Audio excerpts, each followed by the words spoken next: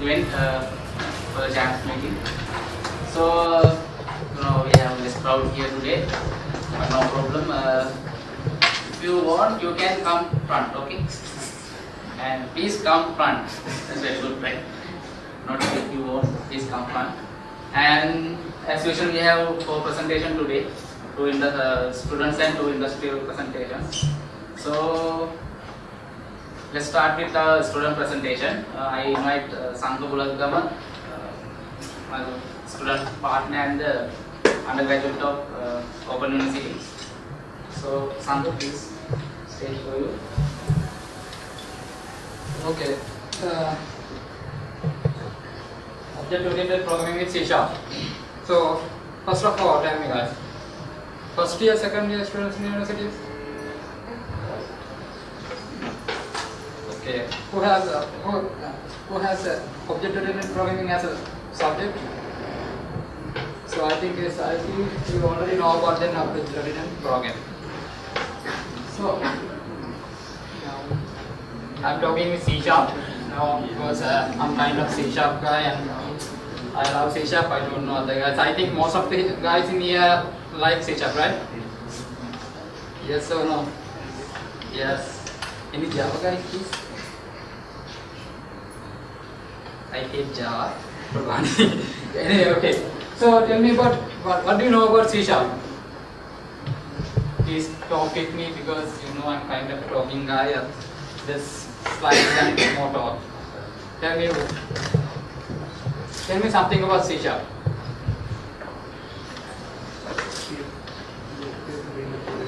Yeah.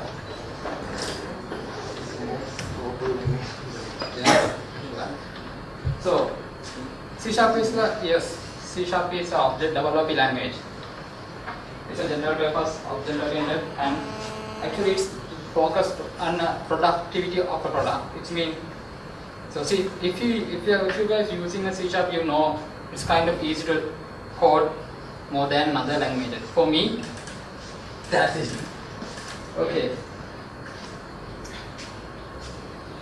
Before we go in for the object-oriented programming, we should know some certain thing about objects, classes, interfaces, like that. So first of all, what is an object?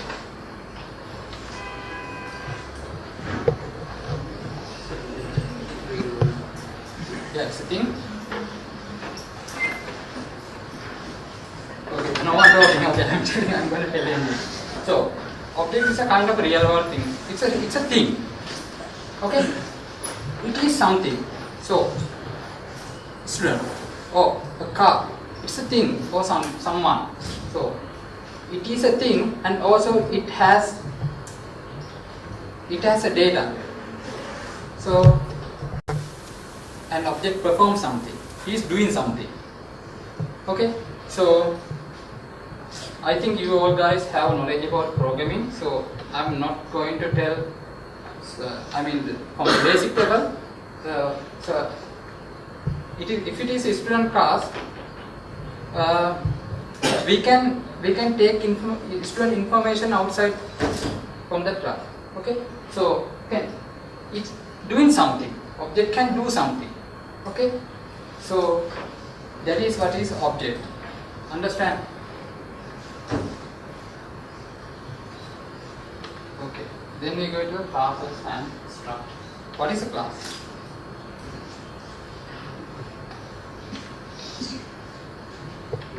Please go ahead.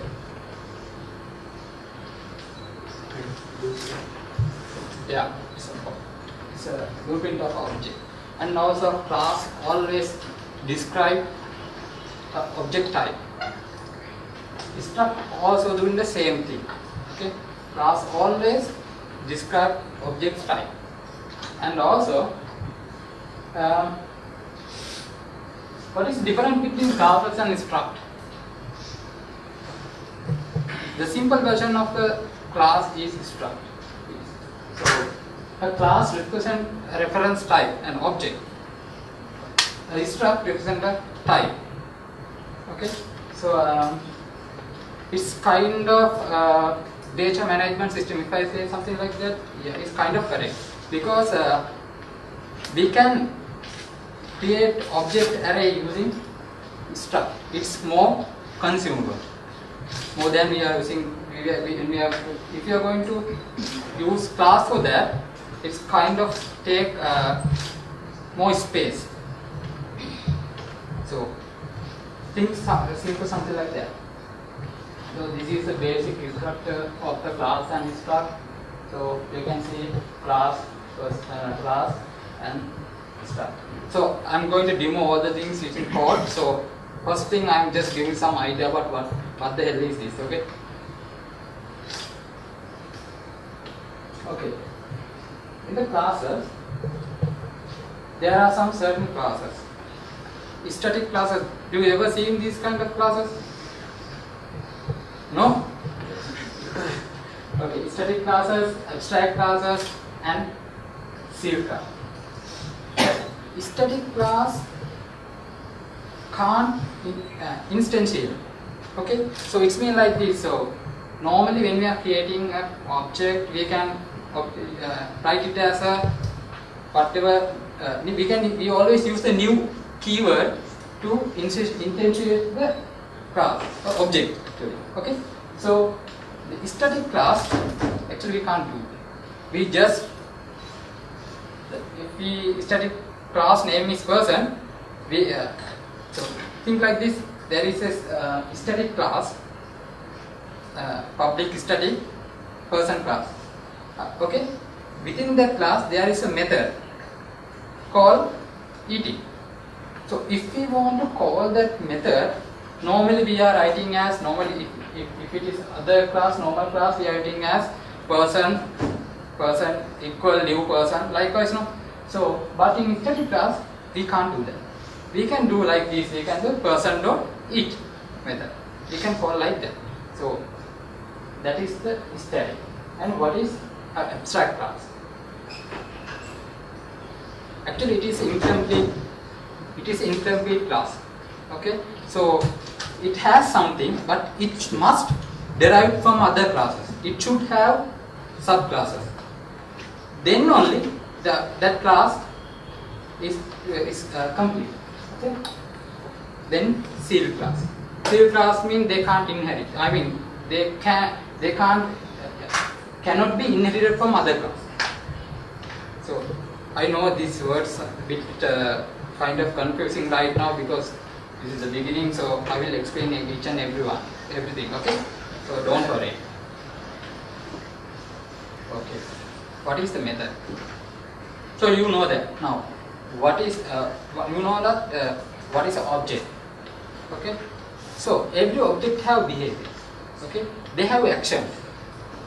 So as a person we can eat, right? So eating is our behavior. Okay. So it is our action. So methods are like that. It is an action doing by object. Okay. Now interface. Someone can tell me what is interface? Is a class, kind of class, but actually it's like a class, but it's not a class. It's a kind of a thing. Implement interface. Interface can have properties and methods. Okay, but within interfaces they are not going to implement anything. So implementation happen in other class. Okay, so interface always inherit with the class. Interface promise to that class that he will call whenever he want. Something like that. Get it? Okay, now it's the interesting part. What is double loop? Tell me guys, you know, I think this is a simple topic. So tell me, what is double OP? First year guys, please. Okay, double OP language something like this. It is that language always based on objects. Language based on object, and also it always have these three. First one, encapsulation. Second one, inheritance. Third one, polymer cell. Okay. So first one, what is encapsulation? Can someone say it with, using two words? What is encapsulation? Data ID. Okay. What the hell is this data ID? Okay. It's something like this. Okay. I'm trying to get a real world example. Then you can understand it. So data ID means when we write in here all are programmers, right? So when we are writing source code, encapsulating, we are making a boundary around that source code. So outsiders can't access our source code. They can communicate with our source code in a allowed way and polite way. Okay. So if I tell something like this, okay, we write a source code. Okay, we are writing a code and we are storing a house. Okay, so my source code is now inside of the house. Okay, so outsiders can go inside? No, but still they can communicate with the code using doors and windows. Okay, so it's something like that. Users should know what are the things we can do, but they don't want to know how we are going to do. As example, so think about the student management system. So there is interface. You can enter the user student ID and get information. So yes, user can get information. That's what user should know. But they don't want to know what is the location that particular student data is stored in. What is the method that this system doing for get that information? Users should know these things. No, they don't want to know this. So encapsulation something like this. It is data hiding and data protecting. Yes, we can encapsulate via unified type system, class interface, and properties, methods, and events. I will talk about it. And the access modifier is the best way for data hide encapsulation. So I think you guys familiar with these things. What is public? We are always using public when we are coding. What is public? Tell me, what is public? Public class, public method, what is it? Yeah, that class we can access within that assembly and also outside the assembly. Anyone can, if they can recognize that class, if that assembly, then they can call this class. And what is private? Private is something like this. If it is a private variable or method, that we can use only within that class. No subclass can interact with that private method or property. Okay, so private means within that class only, and the protected one. That is kind of interesting. Protected means, we can inherit the class, superclass and subclass. Okay, so inherit means if the parent class has a protected property, then protected property or method, then subclass also can access those properties or method. That is the protected. And the internal means same like public, same assembly, but they can't. Other assemblies can't access using within other class can't access the internal method or property. Okay, I will show you some code. Otherwise, this is going to be boring. Okay, now guys, share me. person is a class. Okay. So tell me, what are the things person can do?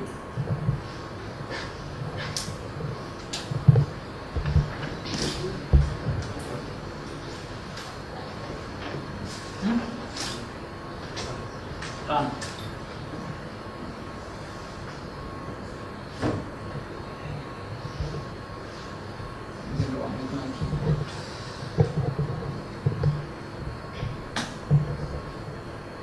What are other things? Talk.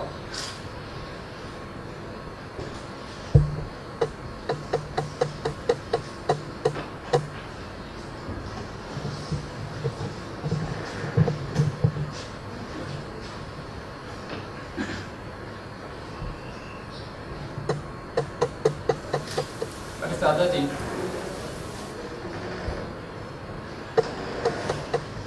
I mean, other access modifier.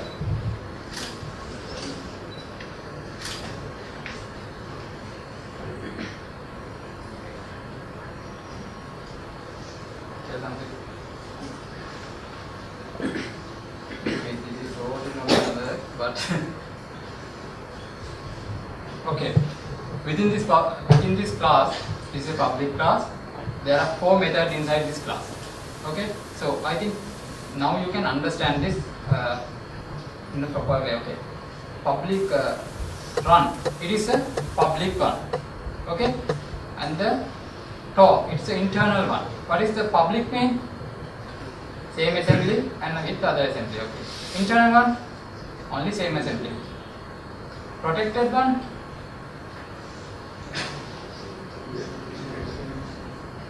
private, only within that class. Okay,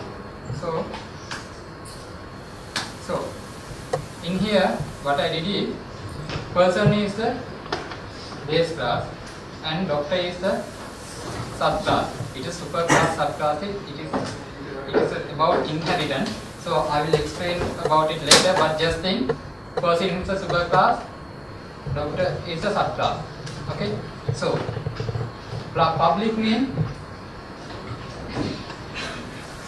you can see here, person is a subclass, so public run method is a public. So you can see in the doctor class, you can call the run method. Why? Because it is public, we can call the run method. And internal, talk. Doctor can talk also, because in the base class it is internal. And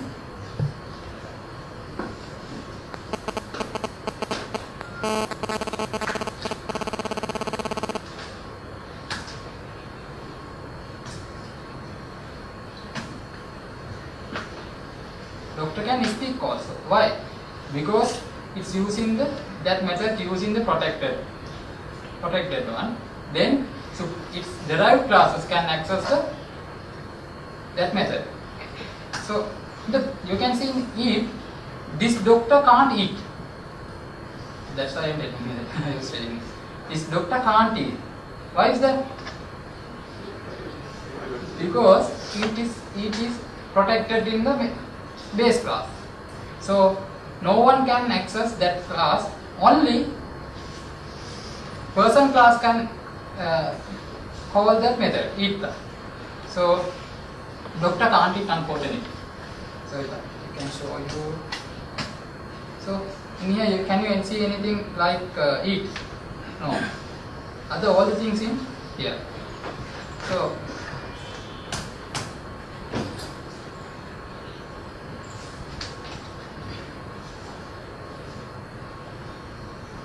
now you have, I think, the idea about what is the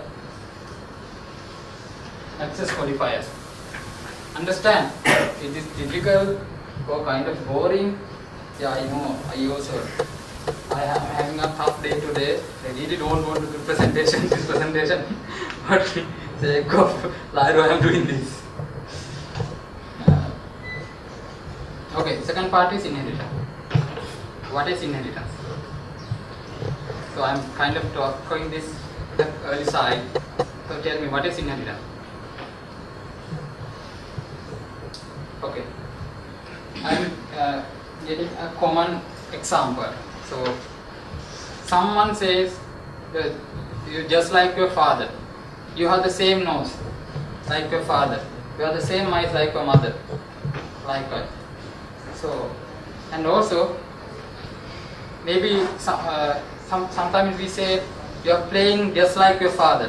When you are playing cricket, just like your father. You are playing just like your father. Likewise, the parents' qualities come into their child. Parent qualities come into their child. So like that, it may be a property or it may be a method. But all the methods not be accessible by the child card. Okay, so if there is any example, so can you understand what I am saying? What is inheritance then?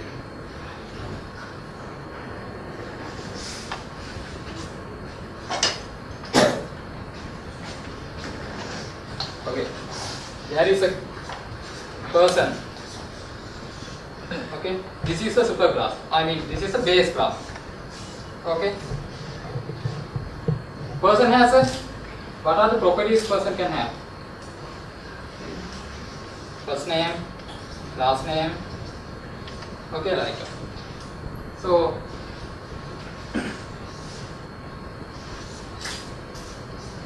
there is a doctor.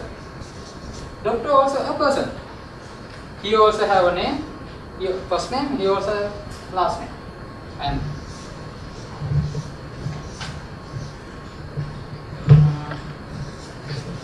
policeman. It is the same. He also has the first name and the last name. Likewise.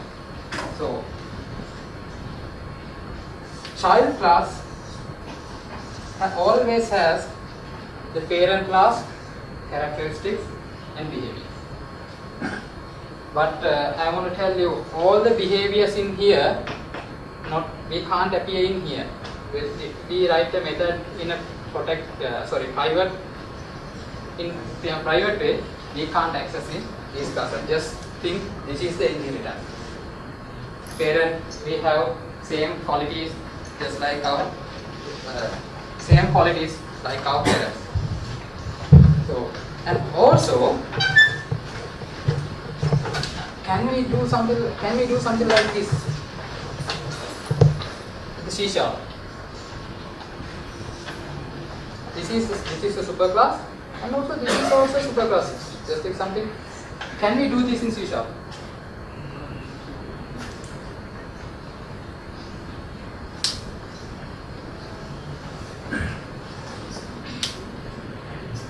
Sorry.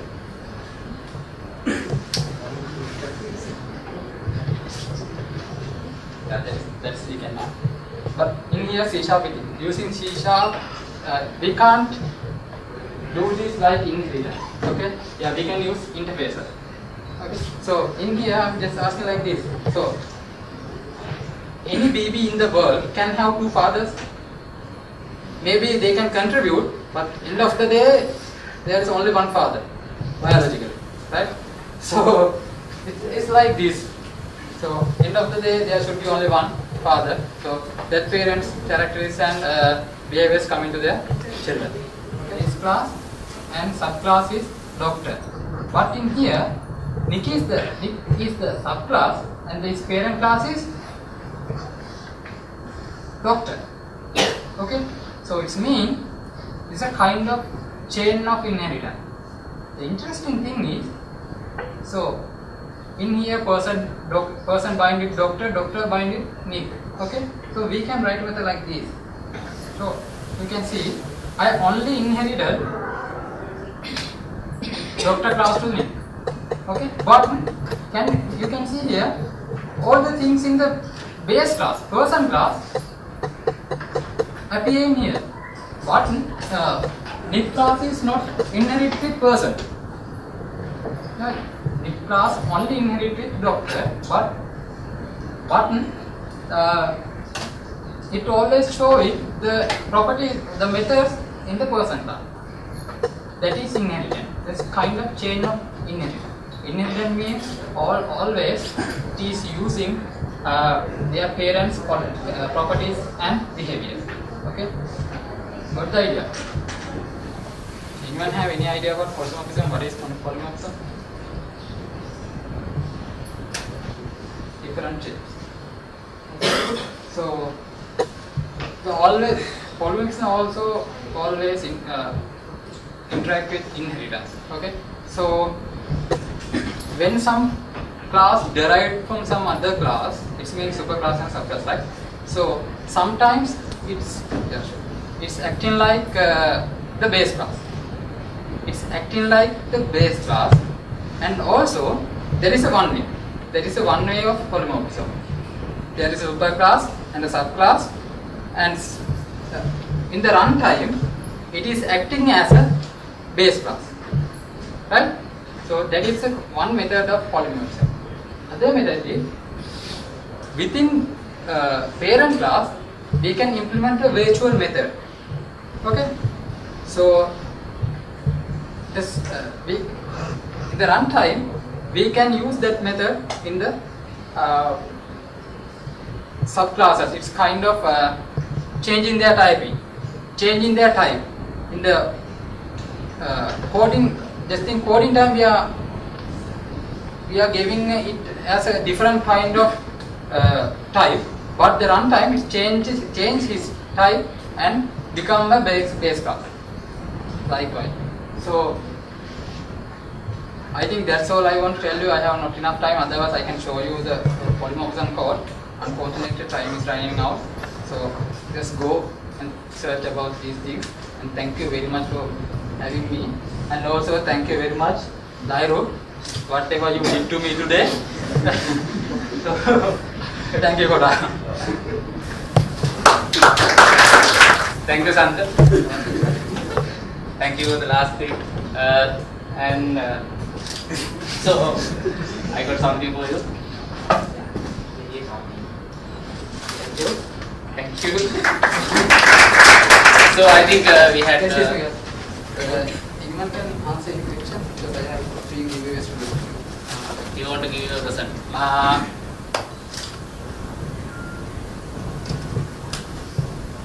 There are 2 methods in polymorphism. What are those? Okay. Yeah. Can we explain this? Overriding means it contains the same name and same parameters, and overloading has same name but equally different parameters. Yeah, kind of true. Okay, I think we had a good presentation here. Now we are moving to industrial presentation. We have a senior business analyst here. Mr. Dasanayaka. I welcome you for this event and cordially invite you to your presentation. So actually this is set up, I hope everybody in this room are all techies, right? Anybody from at least a combined degree, a business background degree, please raise your hand. Nobody, excellent. So in that case, I think you are the best audience for me to speak to because I'm sure you haven't heard about the business analysis ever in your life. Am I true? You haven't heard. Anybody who has heard it by any chance? Alright, we have quite a few. Good. So what do you know about it? It's something to do with business? Something to do with research or something? Is a business analyst working in a lab as a normal analyst? Good. Yeah, so why I wanted to actually introduce the business analysis career to a bunch of techies is that when you guys go out to the industry, you will not be able to work alone. You will be working in teams. So what are the major portions in an IT company, when you are working in a project, who are the major stakeholders in that project? The developers, of course. You guys are going to be software engineers, and who else?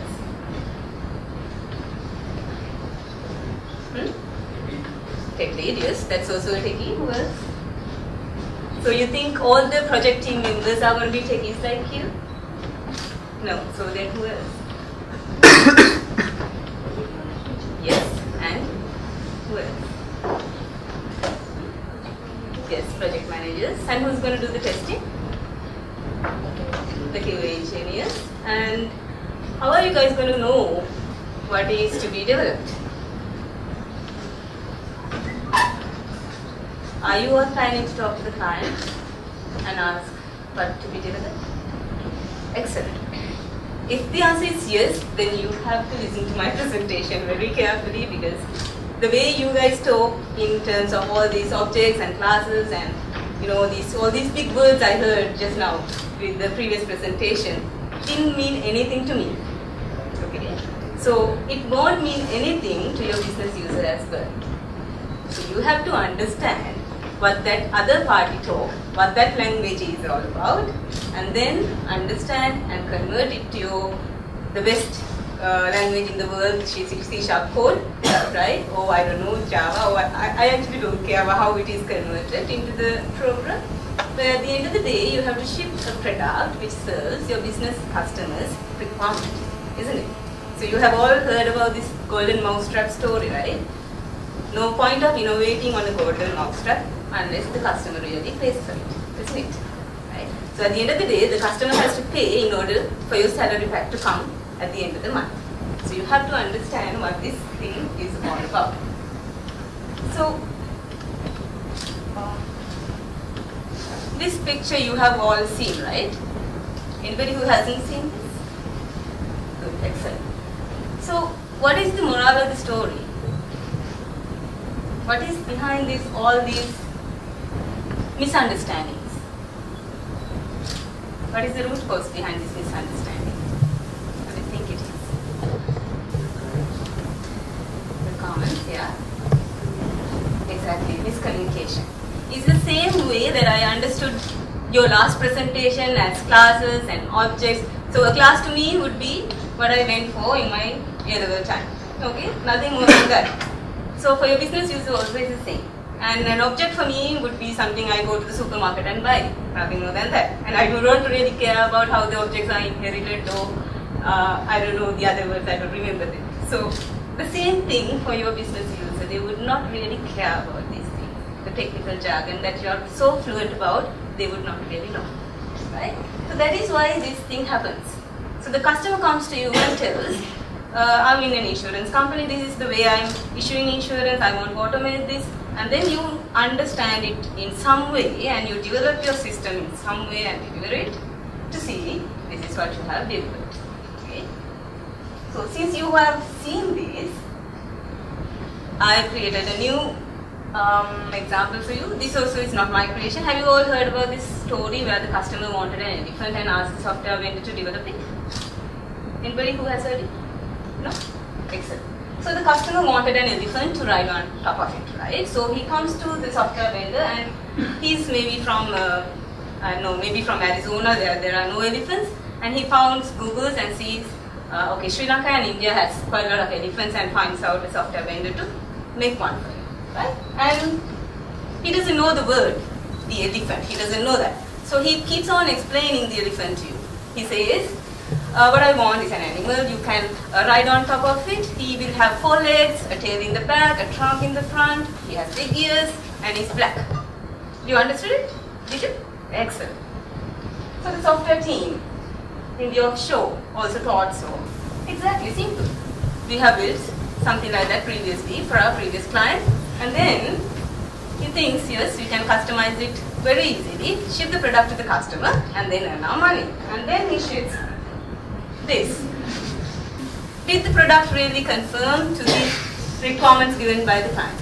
Did it? Exactly, yes. It has a trunk, it has big ears, it's black, it has 4 legs. The person can sit on it, right? The animal doesn't collapse. But is it really an elephant? Is it an elephant? It's a buffalo. Whatever said and done. and you charge the client saying it also produces milk, which is a value addition, right? It's a value addition. But does the customer really care? No. That is exactly the problem. So why is this happening? Because the customer speaks one language and you guys speak another. The customer thinks about money, time to market, he wants to go to the market fast, he's worried about capturing your next clientele, improving his revenue by 10% maybe. That's what he speaks about. What you guys are talking about is the best way to query these data from the database, maybe the best messaging algorithm or something like that. And maybe now the cloud platforms and where the database has to be hosted, the customer wouldn't really mind. So that is why this disconnect really happens.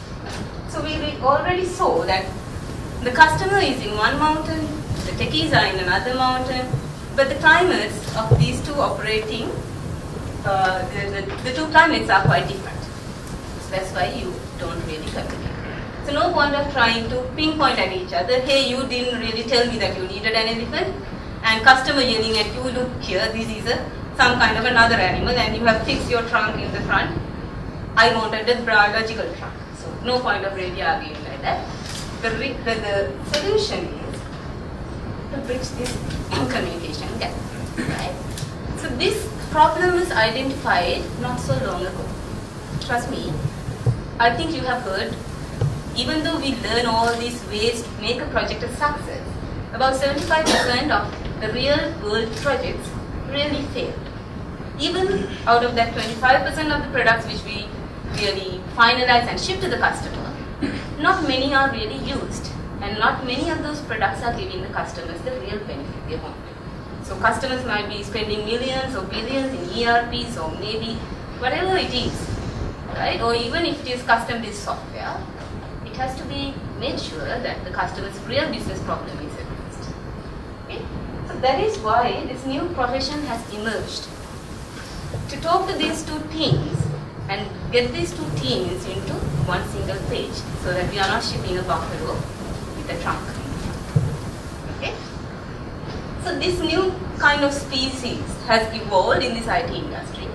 We all know now, maybe a couple of decades back, everybody wanted their kids to become engineers and doctors, and the climate has changed, the IT profession grew, so sometimes like even the highest scored people in their A levels have selected computer science or engineering. There was a time like that because they were quite highly paid. The paradigms are changing, the world is changing, the new requirements, new needs are coming in the market. So these kind of new roles are emerging and you guys will have to work with them.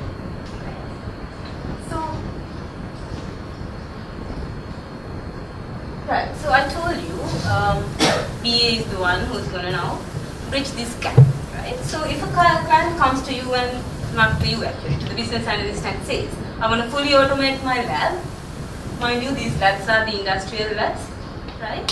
Where they maybe check the wastewater out of a huge factory and check the pH balance, something like that. Right? So these things are quite practical, and those are the practical problems in the world. Actually, when you guys go out to the industry, it won't be a real, this person inherited and then the doctor relationship. It's not the real problems in the world.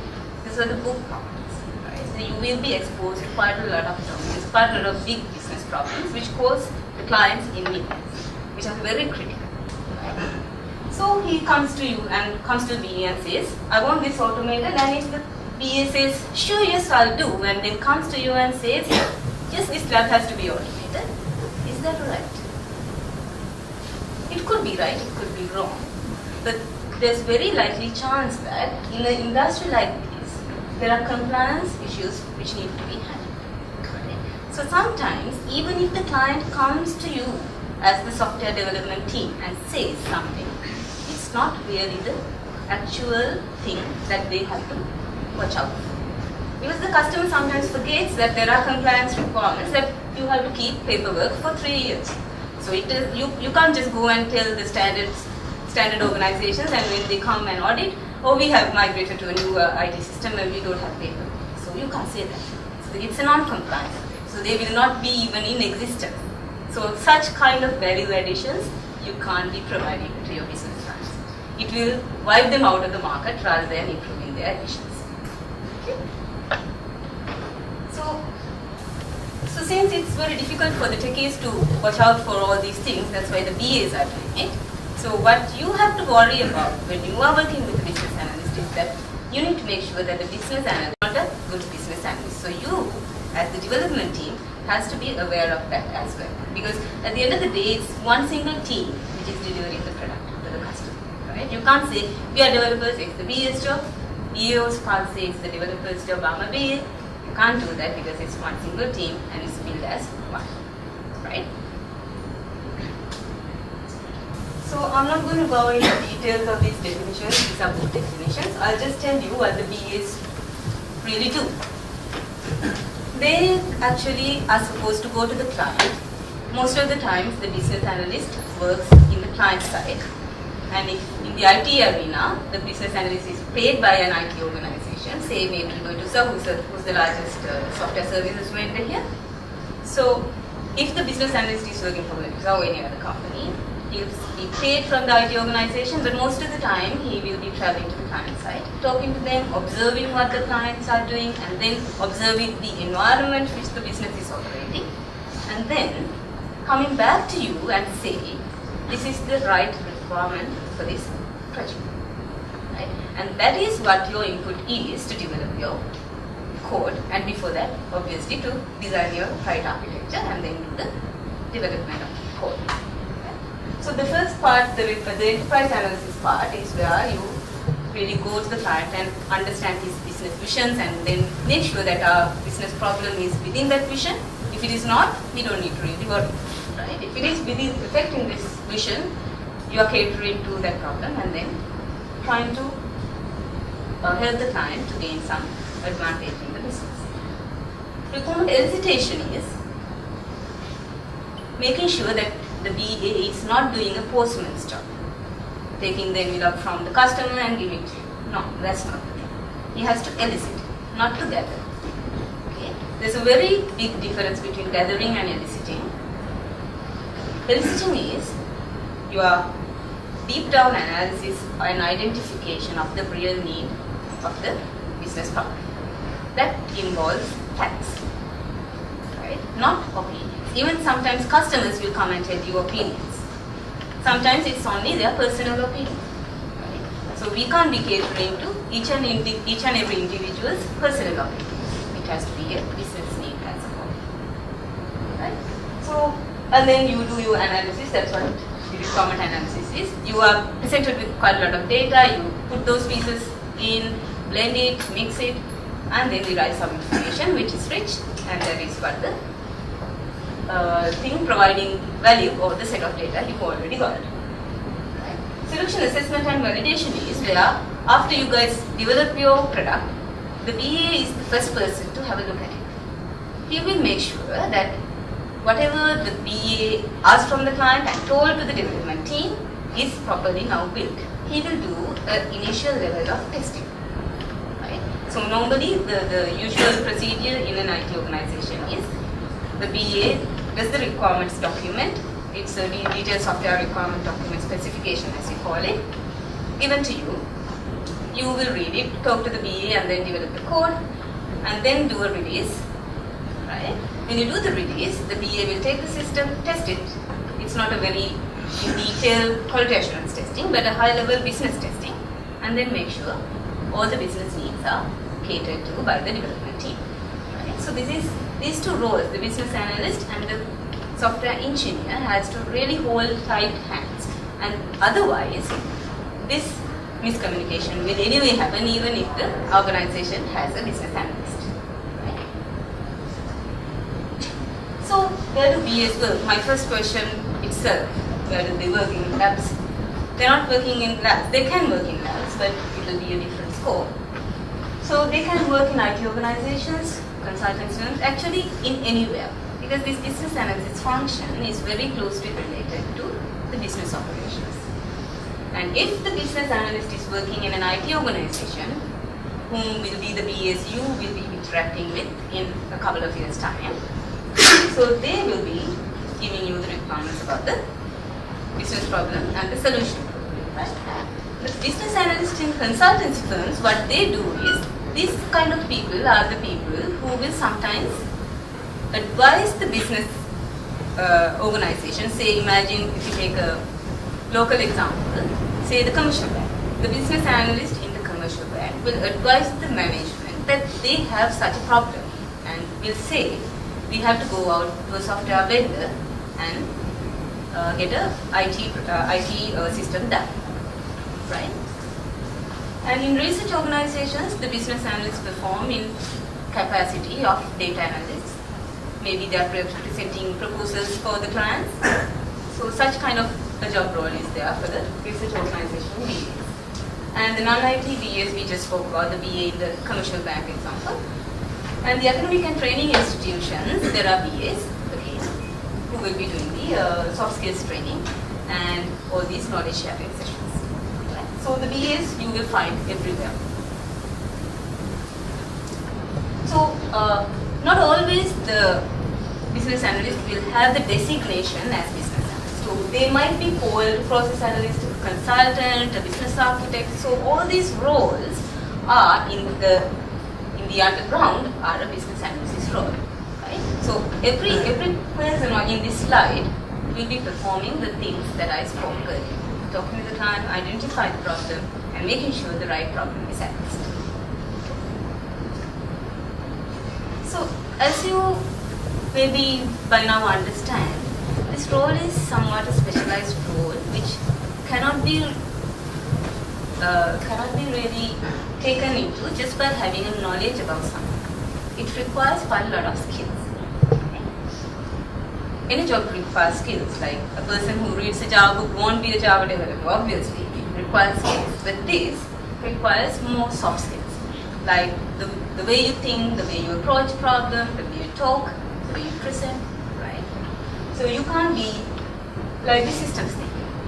I'm sure you have heard, right? The scientific way of thinking over the ad hoc way of thinking. You follow your thinking process in a tunnel, in a structured way, so that you make sure nothing is left out. Okay?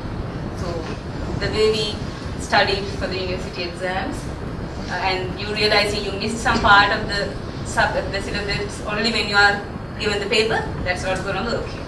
So you have to adapt a systems thinking. Right? And you have to be a good learner, because you will be put into different domains. As I said, even with you can't say, okay, this is not a domain I like. So even if it is a military domain, even if it is about shipping a rocket, or even if it is about treating the patient in a hospital, to education providing domain, whatever it is, we will have to work with that, because that is the business problem. And only if you solve that problem, you will be getting your payment at the end of the month. And your behavioral characteristics. So these BAs are people who goes to different business people and talk about their business secrets, right? So they have to be quite ethical. So as a BA, I can't be disclosing my previous client's information to my new client, so that they take some advantage, undue advantage over the other clients' hidden information, right? And you have to be very organized, because you will be deployed in multiple projects. Usually a software engineer is only put into one project, but the business analyst is shared across projects, usually. Right? So, one of the key questions I'm getting when people want to become BAs is whether you need business knowledge. It's not mandatory, but it's nice to have, right? So, as and when you move on with the project, it is definitely a must that you develop these knowledges, but to start with, it's not. Even you can become a business analyst if you are interested, right? You don't have to emerge from a business background for you to be a business analyst. So the solution knowledge means the solution that you are developing. So the BA can't say, okay, I have given the requirements and wash your hands off the development process. That person will be in touch with you along with your whole development activities. And your communication skills. The most important thing is the BA should be able to listen more than talking. You can't be just talking to the client. We have to be a good listener as well, and a good talker as well. Right? And we should be able to teach, because most of the time we are listening from the customer and teaching the development team what to do. I mean, not how to write the code, but what this problem is about, the business part of it. and written communications because you are getting a DSRS, the requirement specification document from the business analyst. And as BAs, we will be working with quite a lot of stakeholders. I told there are quite a lot of politics in these client organizations. One customer will ask for one thing and the other will ask for something else. So we can't be going and telling the developer, give me both. Sometimes it's contradicting, right? So we have to make sure that we give you the right requirement. For that, we need to negotiate with the list of stakeholders and make sure that they are agreeing on something before we tell it to the developer. So you as development team has the right to tell the BA if you see something contradicting in his requirements. You have the right to say, go ahead, solve this with your customer, come back to me and tell what to be done. Right? And of course the software application knowledge. Right? So don't worry about this slide. So I took this slide here in case if someone wants to be a BA, this is the tools and techniques that person would need to know. So since nobody is interested about the career, nobody wants to be a BA, I'm going to skip this. Okay? So, you want to be a BA? No problem. I'm more than honest. How do I do that? Okay, excellent. Excellent. Excellent, no problem. So for you to be a BA, this list is huge, right? And you might not even understand most of the words here, like what this business rules analysis is, and estimation. Of course, you know what the word is, but you would not know how to estimate it. So there are quite a lot of things. My intention of posting this here is to let you know that there's quite a lot of things for you to learn, right? So if I go here in a way that you can read much better. Now these words you know, right? Benchmarking, how you brainstorm a session, right? How you help the clients to get an idea out of their minds, right? And how you conduct interviews, the professional way of handling these things, right? How you model a process. When the customer says, okay, in a usual business day, I first do this, second do this, third do this, and if this happens, I do that. If this doesn't happen, I do that. So it's all confusing, right? I can see it from your face. So, but that is exactly what the customer is going to tell you. So you need to filter that, put it to a process model maybe, so that these guys can understand. You have to present it nicely to your development team. Okay? So that's what process modeling is. There are various standards to do these things, which maybe you can talk to me later about. So the root cause analysis is trying to find out what the problem is, because no point of like say the person is saying I'm having fever. If you give 2 Panadols, maybe he's having a brain tumor. Who knows, right? Panadols will not really be a cure for that. Right? And SWOT analysis. You have to understand what the organization is capable of and not capable of before suggesting the solution.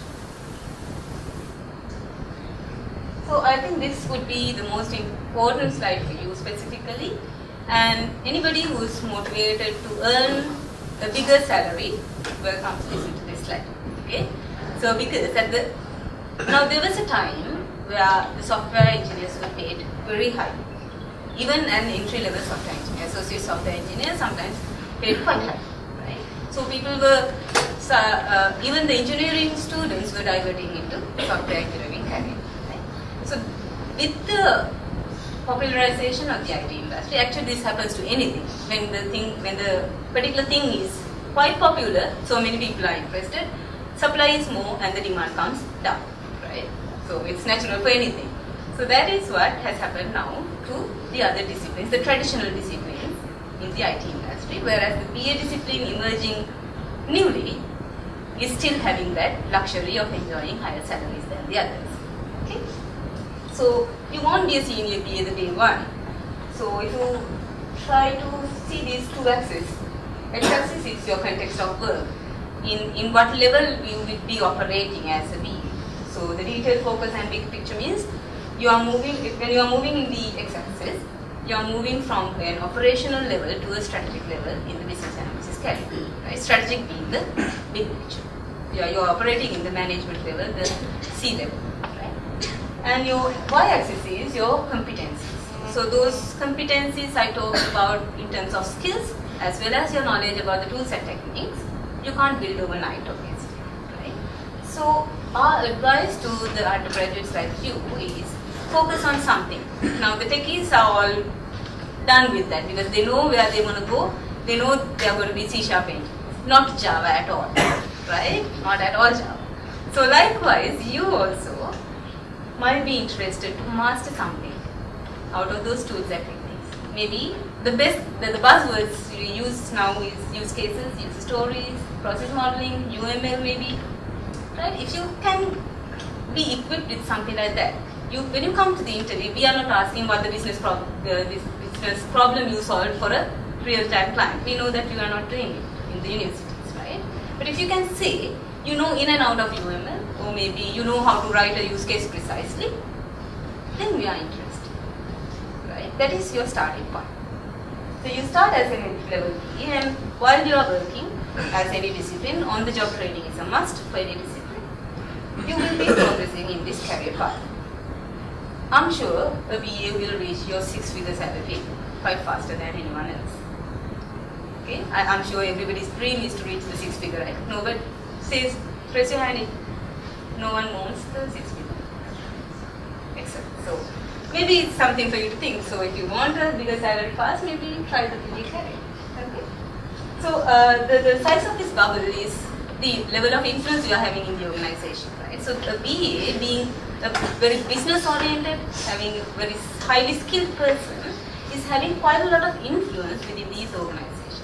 Even if you are working for a techie company or a business company, you are having quite a lot of influence because your decision will affect their money. Even the BA is thinking in terms of money, right? Because that is what the take home at the end of the day. Right? So your level of influence also grows as you progress through your career path. So I welcome all of you to be BAs maybe one day, right? So I'm here today actually representing the IIBA. So you guys have an established career as software engineers, so you have all these PCS and all these standards, the global organizations to support you. We as BAs have one organization like that is called the International Institute of Business Analysts. And since the discipline is very young, we were founded in 2003, that is only about 10 years back. And the IIB Sri Lanka chapter is only lagging 4 years. We founded in 2009 and we are quite operational now. We have our presence in all the social media. You can follow us on Facebook, LinkedIn or Twitter, and we have our website. We have various events, like we do certain events to the university students. The first silo, we are having back to campus initiatives. We go to the universities, talk to them and make them aware that these type of new jobs are there in the market, which are in high demand. And also we do public lectures, we do seminars, workshops. If you guys are interested, you can discuss them, and those are not really expensive because we are not for profit organization. We are not charging big money for it. Maybe 250, 300, right? Just to cover the cost. So this is what IIB is about. So I haven't taken my 45 minutes. We have about 5-10 minutes more. If you have any questions, I can. At least did you guys get to know that there's something like this for business analytics career, and that you guys have to work with these new species. If that is in your head, that is more than enough. Because it's not the real controlled environment which we have experienced in the universities. It's the real thing which you will face when you go out into the industry. Right? There will be quite a lot of firefighting. How much I say the BAs and the devil has to hold their hands, they will be fighting. You have not given me the requirements, and the BA will say, no, you have not delivered the thing right. So things are there. But you have to be aware of these things before you step into the industry, otherwise you will be quite frustrated. Right? So avoid that, be aware, and since there's no more questions, maybe you can talk to me later if you have questions. So I hope you will pass out and find out a good career ahead. Thanks.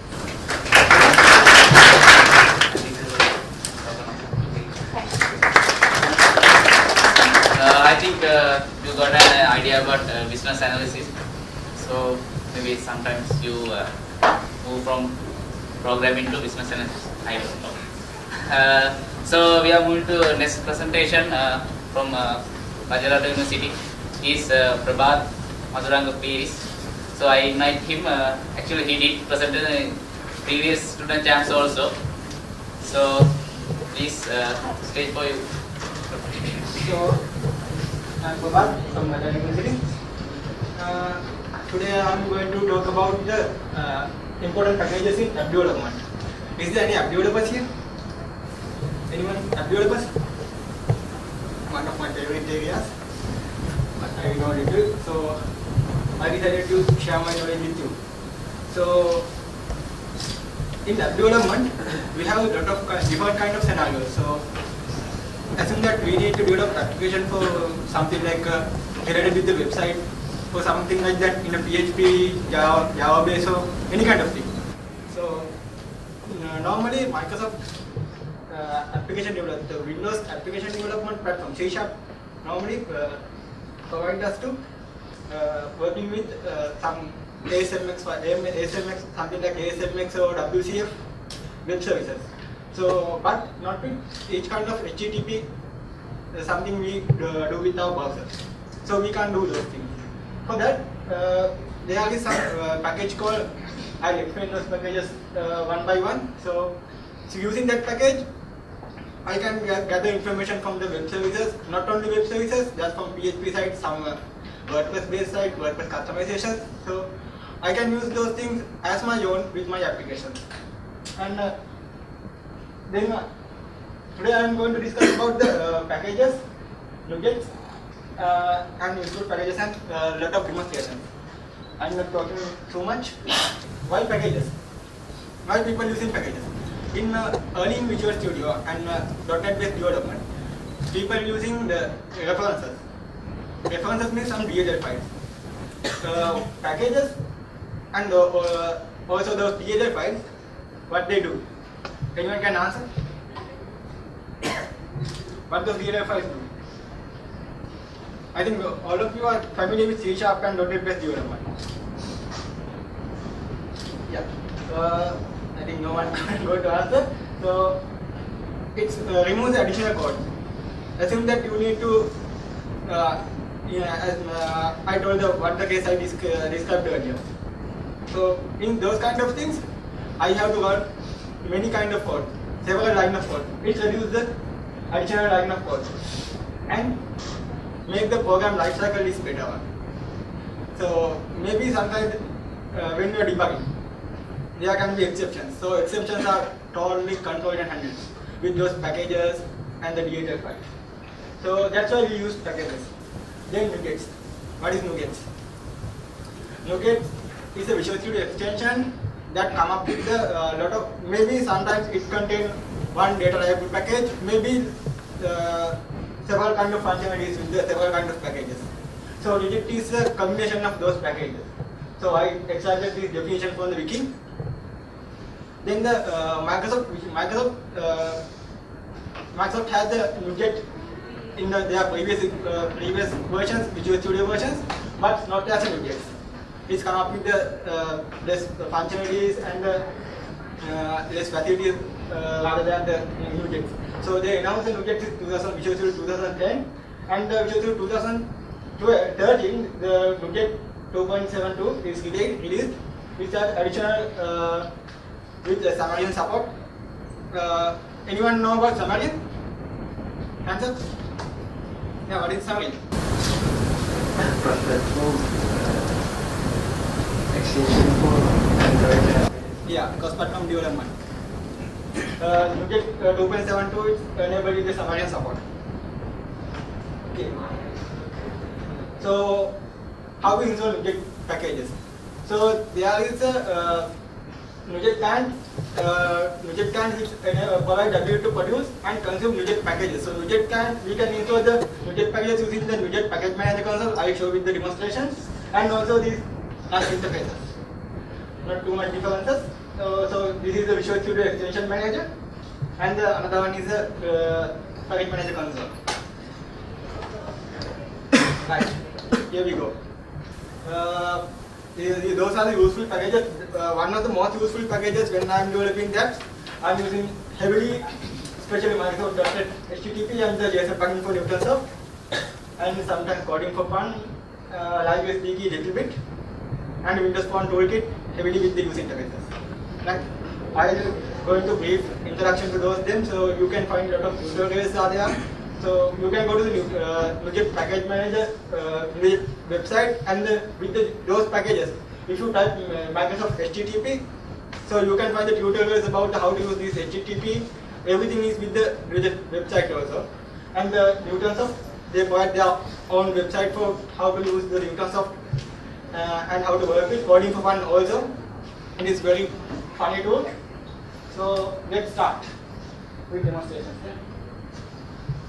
Yeah, Microsoft HTTP. This is the package that using so consume HTTP requests, HTTP get and post, especially get and post. So it is very useful to people when web-based applications, when you are converting those web-based applications into app. This tool is the very important toolkit for you. So here you can use the post and the get request. Get asset. So I will take you. So here is the JSON response that coming from the. This is the HTTP request. So whatever request that we can send to our web browser, this command interface that called HTTP line. So you can use those commands with your app also using HTTP line. So here is the iTunes search term search result for the band name Metallica. So here is the response. It is JSON. I choose this because I'm going to explain how to use the JSON also, JSON convert. So JSON conversion is a little bit difficult to people who don't know much more about the C# and those packages. So that's why I choose this. So I'm going to start telling you data about that. Windows format.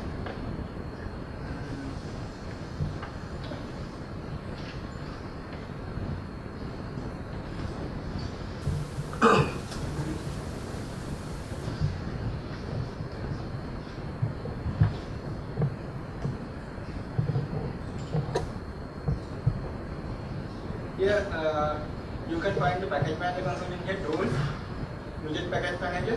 The package manager console is there, and manage Nujet package solution. You can add Nujet packages and the visual interface also. And also there is another method. Go to references, right click, manage Nujet packages. You can have the same interfaces there. So I'm gonna install the HTTP client. HTTP, yeah, Microsoft HTTP client libraries are there, and also you can use this command with the package manager console. So not what difference is those. So I will install it.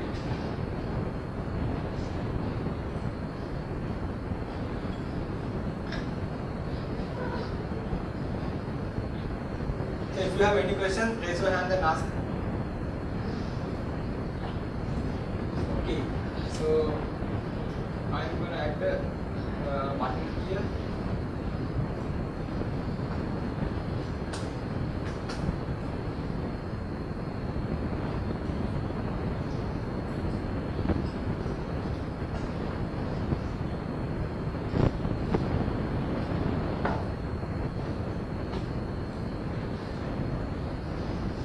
I'm going to consume the HTTP request that's going to come up with this URL and show it inside this text box.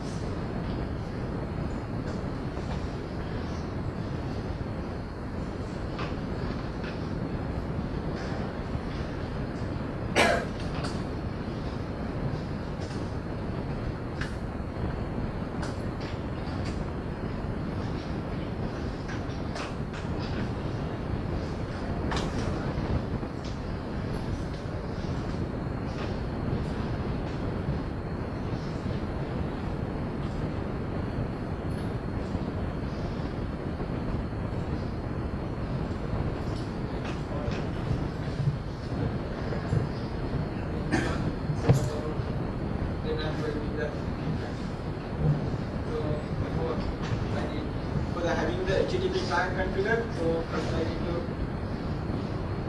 HTTP client. Yeah, system.net HTTP. This is the library. It's enabled with the HTTP client. So you can see that once I install the HTTP client widget, it automatically added some references: system.net HTTP, system.net HTTP extensions, and system.net HTTP primitives. So those are come up with the widget package that I installed. Right.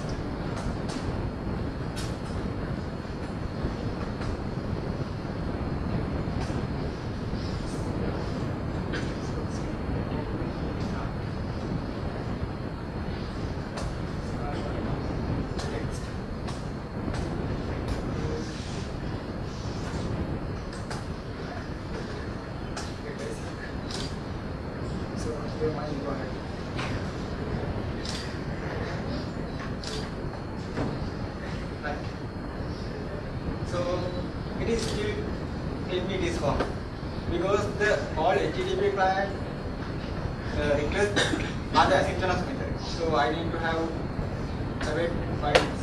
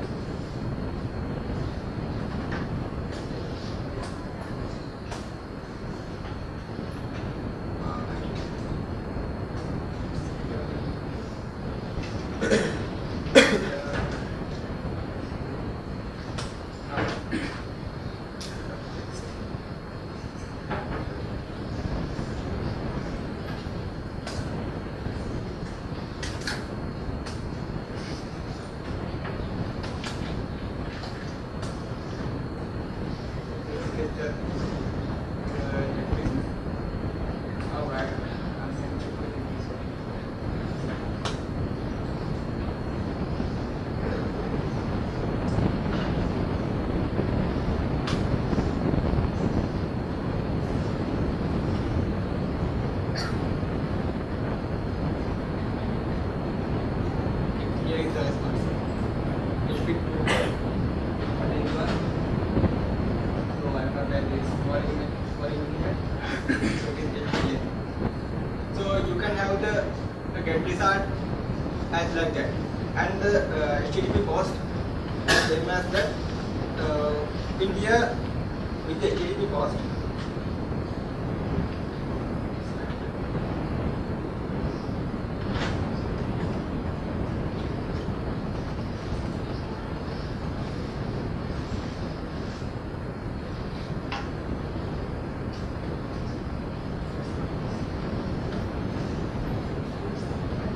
So in HTTP host, as the parameters, so you have that there is called key pairs. So you have to create a list of key pairs and send those things as the parameters in here. So I will not demonstrate how to send the post request here.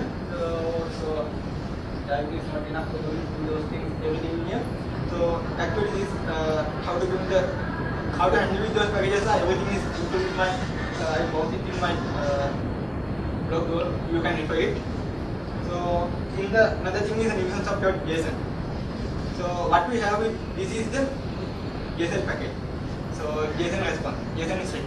So how we do, what we can do with those JSON string? How we extract data from JSON string? So you see that. So you see that this is a very nasty one. So anyone have idea? How we extract the data from this JSON? Yeah. So therefore there is a separate library because of .json. So once you I'm gonna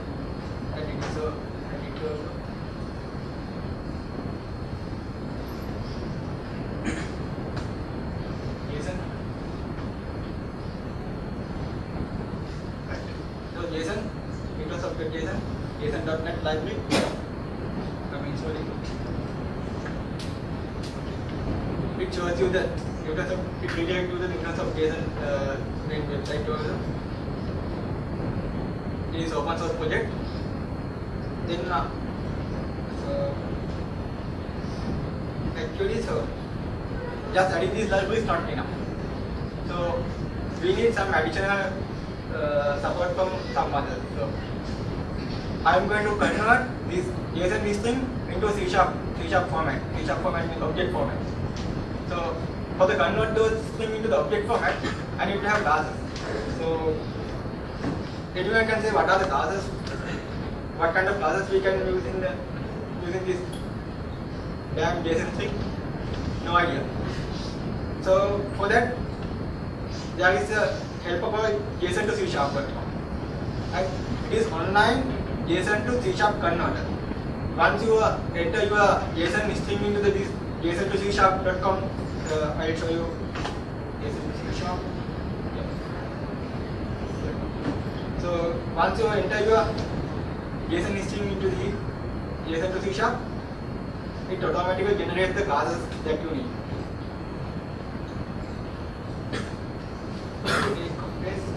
Generate. I can't imagine. So I can't imagine how to type those kind of classes. This goddamn this thing. So it helps me. So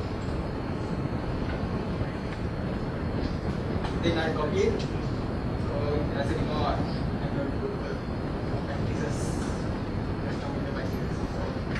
Here. Here is the classes that I need to extract the data from the JSON.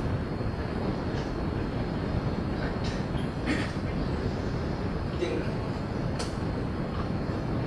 now the HTTP part is done. Now is the JSON part. So in these classes, the root class is root object. So what will happen is in the JSON,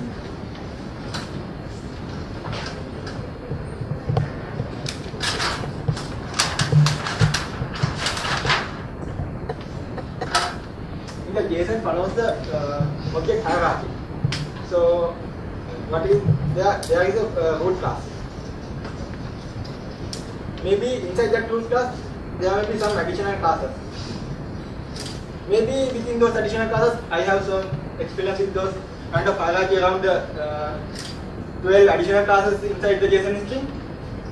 So maybe some additional classes. So each and every class is composite in the root class. Do you guys know composition in the object-oriented programming? Class inside the class. So there is a hierarchy of class. Maybe some very lengthy hierarchy of classes. So I am going to convert my string into this parent class.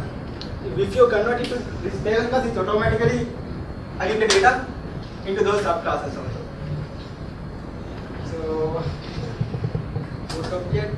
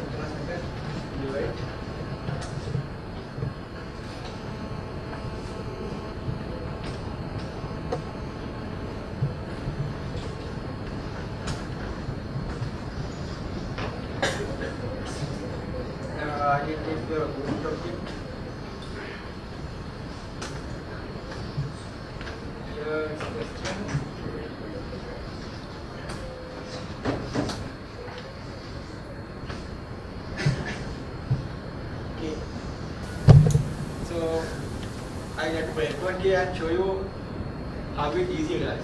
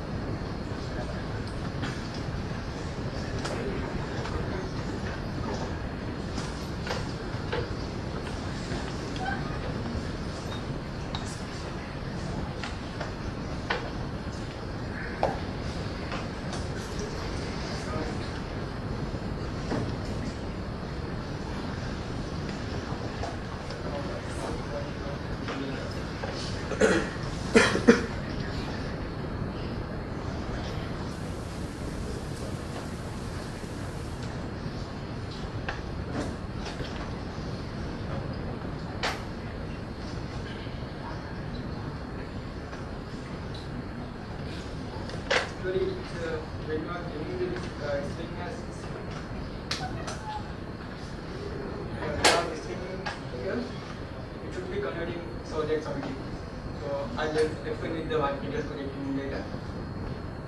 No need to for the video. So another one is the coding for fun toolkit. So coding for fun toolkit in the Windows Phone now, Windows 8 application development. So pop-up menus are the miracles. Pop-up menus and the rounded buttons are the miracles. So with the coding for fun toolkit, you can have the about it is everything is pop-up menus. Message bump is pop-up message, and the rounded button, color picker, so toast pump. So actually, sending a toast message is something very lengthy code. So you can use the coding for fun toolkit for having toast pump and the aqua pump also. So those kind of function is that available with the coding for fun toolkit.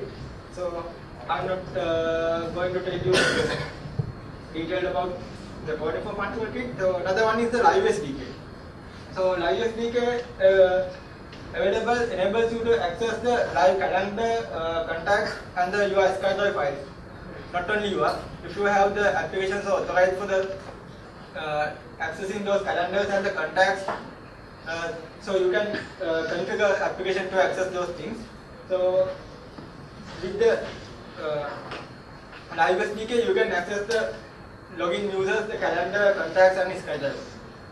So for that, so you have to need to go to the site and register your application.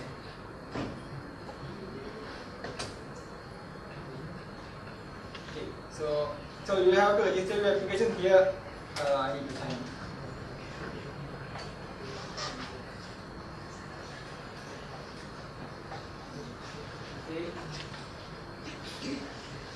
In my apps, you can create a new application. So application name and everything is there. I already created application for my application. So it is not a big task. There is show you the client ID. In here, so in here you can see that the live up. There's a button called live sign in button. If you install the application in here, you can add the reference for those access the live code, live details. So you have to add the summary reference for add the sign up button, sign in button for the live account. So here is the, so you can see that.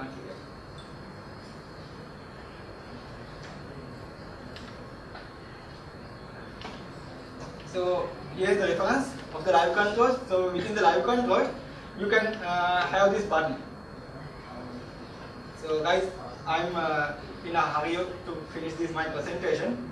So everything I discuss in here is detailed. I added in my blog. It's already there. So you can refer it. I will show you my blog URL with the sample code also. So here is the scope. So in here, with the button, button is actually manage the session. So anyone who use the Facebook login button with your application, it is something similar like that. It's actually handle the session. So with you initialize your session, you will have to tell what kind of scope that I am gonna add. So if you need to access the calendars, you will have to add in this scope. So WL calendar. So then after that you can have the calendar access. Right in here, I don't need to have those calendars in here. With the and also the good thing is, once you add the live sign in button, each and every application has the simple button that you are using. You can use it in here. So everything is there. Alignment. And the miscellaneous, there is the client ID. You need to have client ID. Client ID means that is the client ID that used by the Microsoft for your app. You need to do it. You have to edit. So then after that, it's done.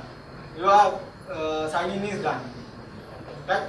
Then another thing is, as you are using the Facebook sign in button. So what we do is that we manage those sign in button and the login things. Not as the click event. It is a session change. Actually, this is binded with the session. So in here, in events, there is called session chain. So you have to add your method in session chain. For that, I add the live connect tag. So it actually come up with our SDK,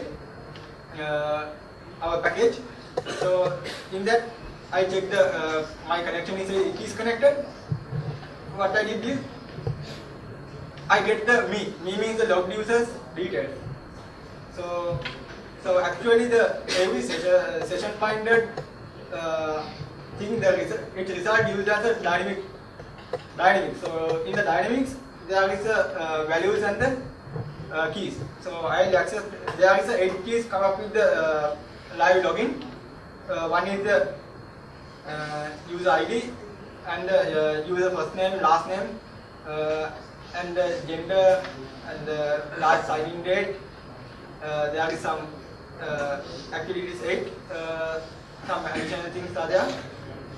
And what I did is I get this thing through just for have my profile pic in there. So no need to add. So this is how do you have you get your live profile picture from live ID. So just this thing, no need to worry. The real thing is done by the live connect client. So then Hamilton, once I log in, it should display my profile picture and my username. So in there is an image in my summon. You can see username. Once I sign in, it should be displayed as that. And don't worry about the red color thing here. I'm gonna demonstrate after that. It is the Windows Phone Silhouette Toolkit.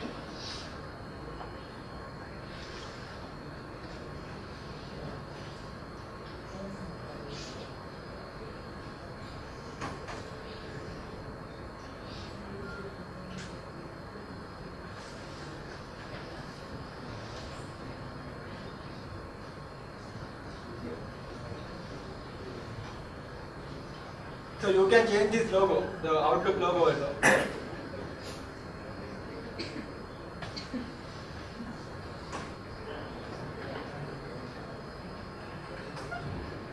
So I'm going to type my password here. Better do.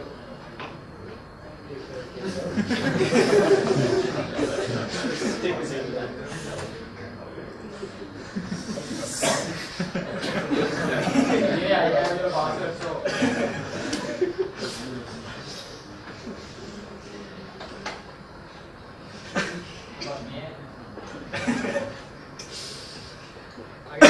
I demonstrate those things, so a lot of people knows my password.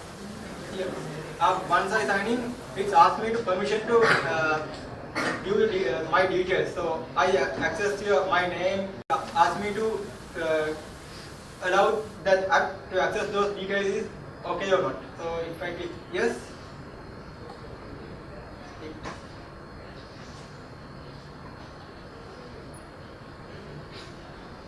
check sometimes. Right. You see that the sign in is changed to sign out. My name is there. That's my picture. Ah, yeah, it's a cool guy there. Right. So, like that, you can access the every details that in the live Outlook, Outlook contacts, calendar, and the SkyDrive folders that the log user. So, that's the live SDK. Right. Next, quickly. I'm going to the Windows Phone Toolkit. So the thing that you see here, one second. Yeah, you can see that changing one. So in the Windows Phone, so the live tile inside the application is something very difficult. So with the Windows Phone Toolkit, it is not too much difficult. Just a single line code. Right, I'll show the code. So first you have to install this package WP Toolkit.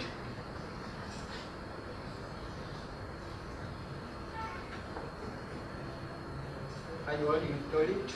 Yeah, Windows Phone Toolkit is already installed. So after that, you have to add reference here. You can see. So I add this as live up. Microsoft Microsoft Forms controls assembly Microsoft Form control toolkit. Right? No need to worry about those things. So it is very easy to deal with those things. So once I get the live up, shows me what are the available. So in here you can choose live controls. There is packages that I use. So live controls are there. Microsoft Form. Yeah, this is the Microsoft Form controls. Just you click enter, it's done. No need to worry. Right? Then the amazing part is, this is the only single line that I coded for the have that live tile inside my application. Nothing than that. This is the only code. Right? So I create instance of the hub tile inside there. It's come up with the in the live of means my toolkit, Windows Phone toolkit, as I define in here. So name is tile, same as the standard control. I just set message as any. I just set here. Right? Background, you can add the background any color and title. So it's actually lively compiled in the design view also. Just nothing to worry about. Everything is there. If you need so actually what I did is I actually binded the source image into this live tile in my backend. So my live tile name is hub tile name is tile. So I get the tile.source. I get my profile picture URL binded with my source code. So if you need to bind this static thing, just go to source and you can add the URL. Nothing to worry. Okay. So it's very cool.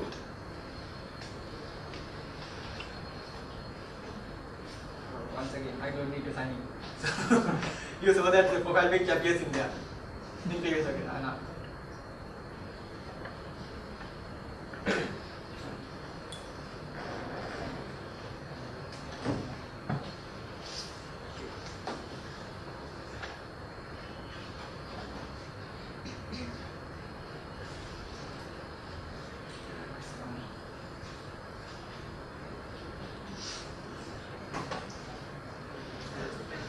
I show the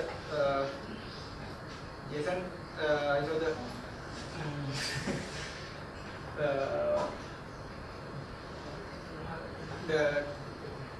demo that I added in my blog with the JSON.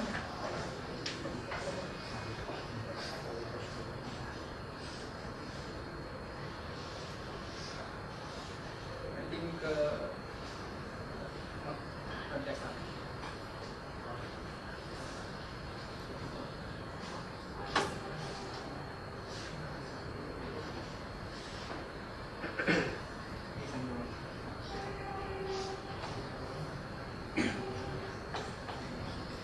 Yeah, it's okay. Thank you. So here, this is the same code. I don't know why it is not working with that one. So this is the same URL, item URL. I added this code to share with guys. Jimmy in the last demonstration. I will show you. Oh dear, something wrong with the connection.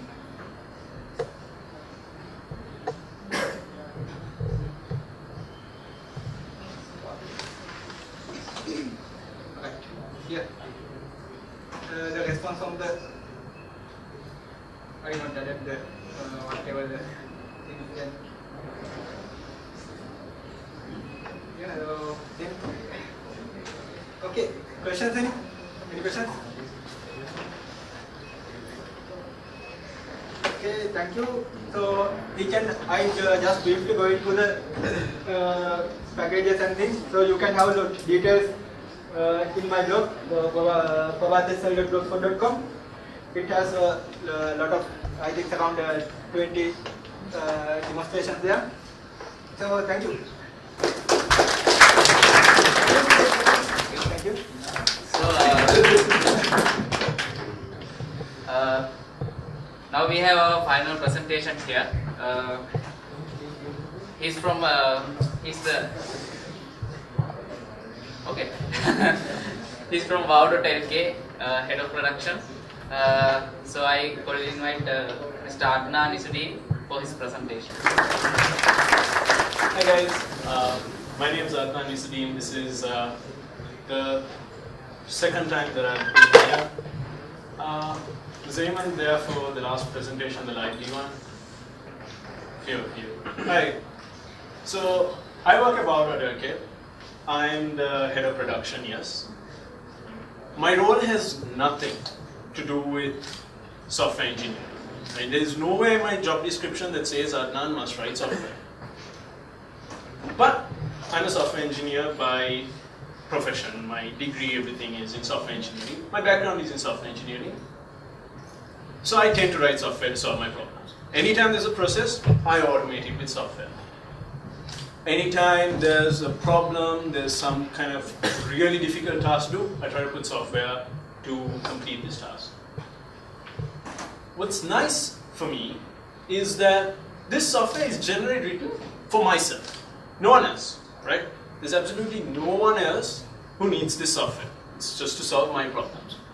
There's no one who's going to come after me who's going to extend this software, who's going to write more for this software. There is no one who takes a look at my code. I have absolute free reign over my code. It's fun. It's a lot of fun, right? I don't have code reviews, I don't have QA, I don't have test, nothing. Right? No one handing me spec sheets, nothing. Now it would be easy for me to say that in a case like this, I get to write code whichever way I want, so I'll do it the dirty way. There's no reason for me to use any of the best practices. There's no reason for me to use any of the design patterns that have been given to us. There is no reason for me to write any kind of testing. There is no reason for me to document because there's no one else who's going to read my code. Yet, I do this. Why do I do this? Why do I bother to do all of this? Every single piece of my code is documented. Every single piece of my code is tested. Every single piece of my code has a wiki page that's kept on the source code, which I host at Bitbucket, right, as a private Git repo. I don't need to do any of this, but I do it. Why do I do this? I'll come back to the answer. We are all in the software industry. This talk has nothing to do with software engineers only. This is for anyone in the software industry, whether you be a BA or whether you be a project manager or whether you're the software engineer, this talk is for everyone. The potential of software engineers. Look around you inside this room. The ACs have some kind of remote control somewhere around here, right? Somewhere around here there is a remote control, which is probably nothing. But in the case of stage lighting, you find there is some kind of code. Everywhere you go, right? The cars we go in, every single thing has software written somewhere inside. We are, by definition, one of the most powerful, in terms of employment, we are one of the most powerful races on this earth right now. We control so much power. And yet, we don't seem to kind of get the respect that we deserve. I'll give you an example. A lawyer, top-notch lawyer, a top-notch company wants a lawyer for its legal cases. The lawyer will quote a price that is exorbitant, it's immense, per hour. The company will give their money without a problem. The lawyer will say, it will take me this much time to complete the case findings. The company will say, okay, your call, go ahead. A software engineer walks into that same company and says, I'm quoting $1 million US. The first reaction of that company would be to say, no, I want it done for 500,000 US dollars. So much for respect. The company will then say, I will take 6 months to deliver this project. The software company will say, it'll take me 6 months to deliver this project. The company that wants the software will say, I want it in 3 months. You say, no, I can't. Can I do it in 6 months? No. I want it in 3 months. Do it somehow, you lose the contract. Why are we treated like this? Right? This is something that I want to address.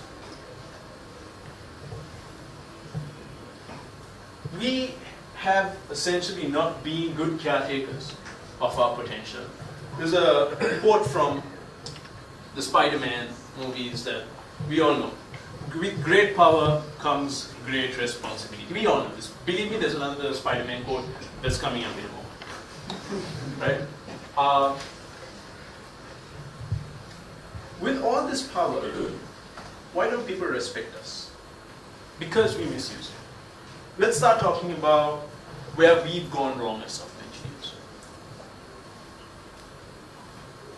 You'll have probably heard of the case where there was a software house that developed something for the ambulances, right? And they had an ambulance dispatch system. They got their code wrong. They failed to load test. And when the time came to deploy it live, the system failed. The system crumbled under the pressure, and people died as a result. Toyota is right now fighting a lawsuit. Their cars decided to malfunction. The accelerator decided to go by itself. Oh, sure. Imagine that. You're in a car, and the accelerator is holding on by itself. You try the brake won't work. You try the power off button doesn't work. Why? Because it's all controlled by software. And right now the software has failed inside of the car. People died as a result of this. And right now the case has brought out the findings that it was a Stack Overflow error. And the reason for the Stack Overflow error was because no one tested against the possible case. Why should anyone trust us? Why should anyone trust us? Every single software project you hear about is riddled with bugs. Every single software project. It's absolutely fine for people to now assume that if a software engineering company is delivering a project, it will come with bugs in the first run, right? Correct me if I'm wrong. I challenge anyone to correct me that we don't expect bugs in our projects when we deliver them. We all know that feeling whether they be our school, whether they be our university projects. How many of you are in the workforce here? I understand that you're students. Any of you are in the workforce? Have any of you done independent projects for other people? Okay. So the standard thing is we give the projects out, and the people, when I worked at my first job, the standard thing was, Mata, don't touch this particular form. If the client wants to see it, try and avoid it because it will break. One day someone came running into the room shouting, Mendes took the software with him. What's wrong? Again, it doesn't work. If he takes it, the database will crash. Why do we have a bill that's lying around for Mendes to take that's broken? No, sir, we haven't given it to QA yet to test. But you know it's broken, so why are you giving it to QA? Why is it in the bill if you know it's broken? Because QA will test it. I'm sorry, that's unacceptable. But that's what we do. And that's why we have a bad reputation, right? You go for a thing, we are nothing but street vendors. We are nothing but street vendors, right? What are the consequences of our abuse of our power? What are the consequences? What do we stand to lose? We stand to lose our respect. Deaths will happen. Deaths have happened. Lives will be emotionally destroyed. I'll give you an example. Accounting packages. This is real. Every single one of my examples in this will be real. Accounting package. Not working properly. Takes a long time because someone wrote a terrible SQL query, forgot to load test it, too many joins, broke the system. How long does it take to generate a report? 1 hour and 15 minutes, right, to complete the entire report. Right? Because it has to back up the data, it has to pull the data, it has to process the data. Someone wrote a terrible for loop and basically screwed it. Right? The accountants stay on till 9:30 each night because of the system being written badly. They complain about it. The managers go and say, oh, the IT system isn't working, can't you get it to work? And then we being ourselves will say, yes, but we gave you the feature that you requested.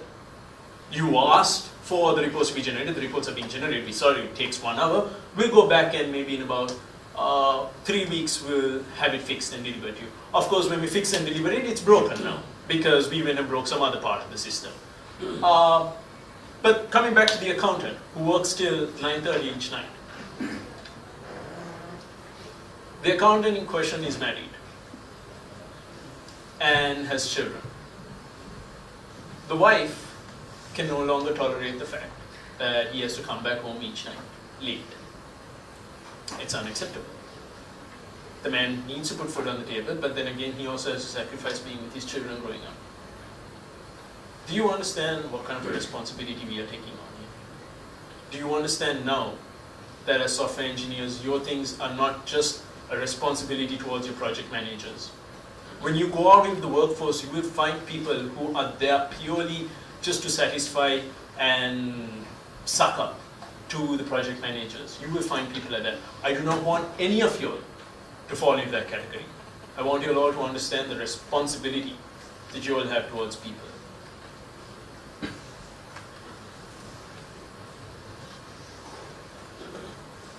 Businesses will fail. E-commerce system developed for a company. This company was depending on the e-commerce system to take them forward. The e-commerce system came forward, and inside of it was a small bug that no one realized would crash the payment gateway, crash the destination to the payment gateway, if a few conditions were satisfied. This happened to about 80% of the customers. No one knew this until it was too late. The business in question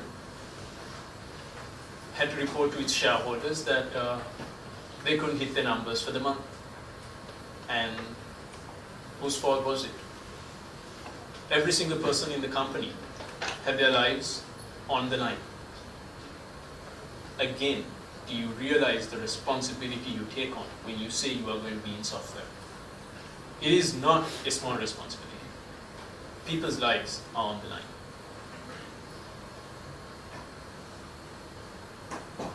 What's the fault? The trust in our entire industry is no longer there. What gives anyone any reason to trust us when we are responsible for deaths, when we are responsible for divorce, when we are responsible for suicide, when we are responsible for people's livelihoods being taken away from them? What gives anyone a right to trust us? This is exactly why we are not treated as professionals, because we are not professional. We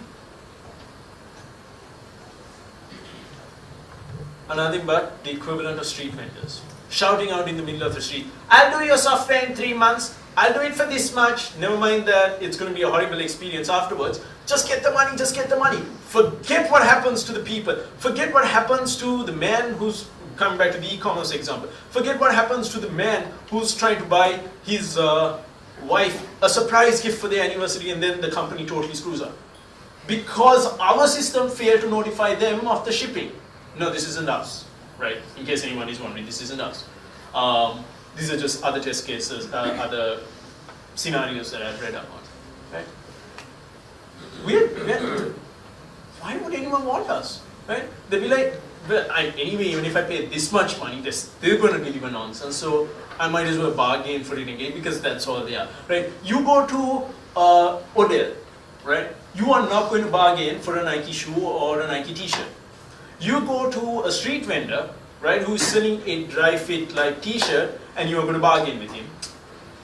Hatsia, give it to me for 600. Give it to me for 500.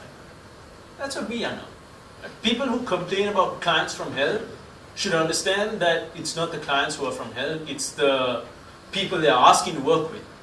Us. We are the ones from hell. Because they say, give me a software, we say, okay fine, we give you a software. And then we give it to them broken. Right? They need to run their business and we are messing up. We are the ones who are from hell, not the clients.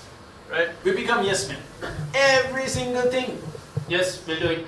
We can do it in 2 weeks? Yes, we can do it. Never mind that it will take 1 month. Yes, we can do it. In your head you're thinking, this is what, since you all haven't been out in there, this is what the project managers think. They say, oh, in 2 weeks I'll tell the boss that, you know, it can be pushed off for another 2 weeks. Never mind that the boss has already promised his shareholders that this feature is going to be out in 2 weeks. Oh, forget that. 2 weeks, fine. I can do it. Yes, we can do it. Can you bring in this thing for 2,000 rupees? Yes, you can do it. So the next person who comes along and says, no, it's going to cost 6,000, they'll be like, no, that guy said it can be done at 2,000. And you'll be like, no, it doesn't work. We become yes men and we force everyone else undependable. A direct result of the yes men. Can you do it in 2 weeks? Yes, we can do it. It's 2 weeks done. Where's the software? There were some unforeseen issues. Of course, hide everything from the client. Hide everything from the client. Pretend that you are smarter than the client. Pretend that the client can't understand the magic word of software. It's the functionality of the discombobulation that didn't work. Client, no one wants to feel stupid, so they go along with it. You say there was some database issues. Well, there was no database issue. It was just that we picked a time that doesn't work. I'm no longer going to say you. I'm going to try and say we because we are all part of this. We are unprofessional. This is what I've been coming to this entire time. We have become unprofessional. No one treats us as professional. Rightly so. Why not? When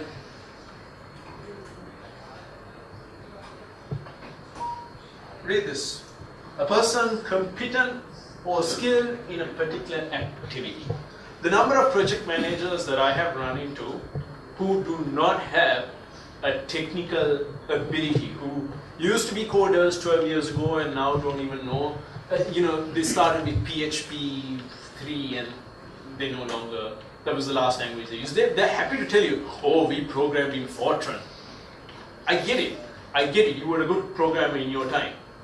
But the fact that it's come down to now and you're no longer a programmer does not give you a right to be a project manager, right? You have to, professionalism is the competence or skill expected of a professional. We are expected to be skilled in our area, right? And the most important thing, be honest.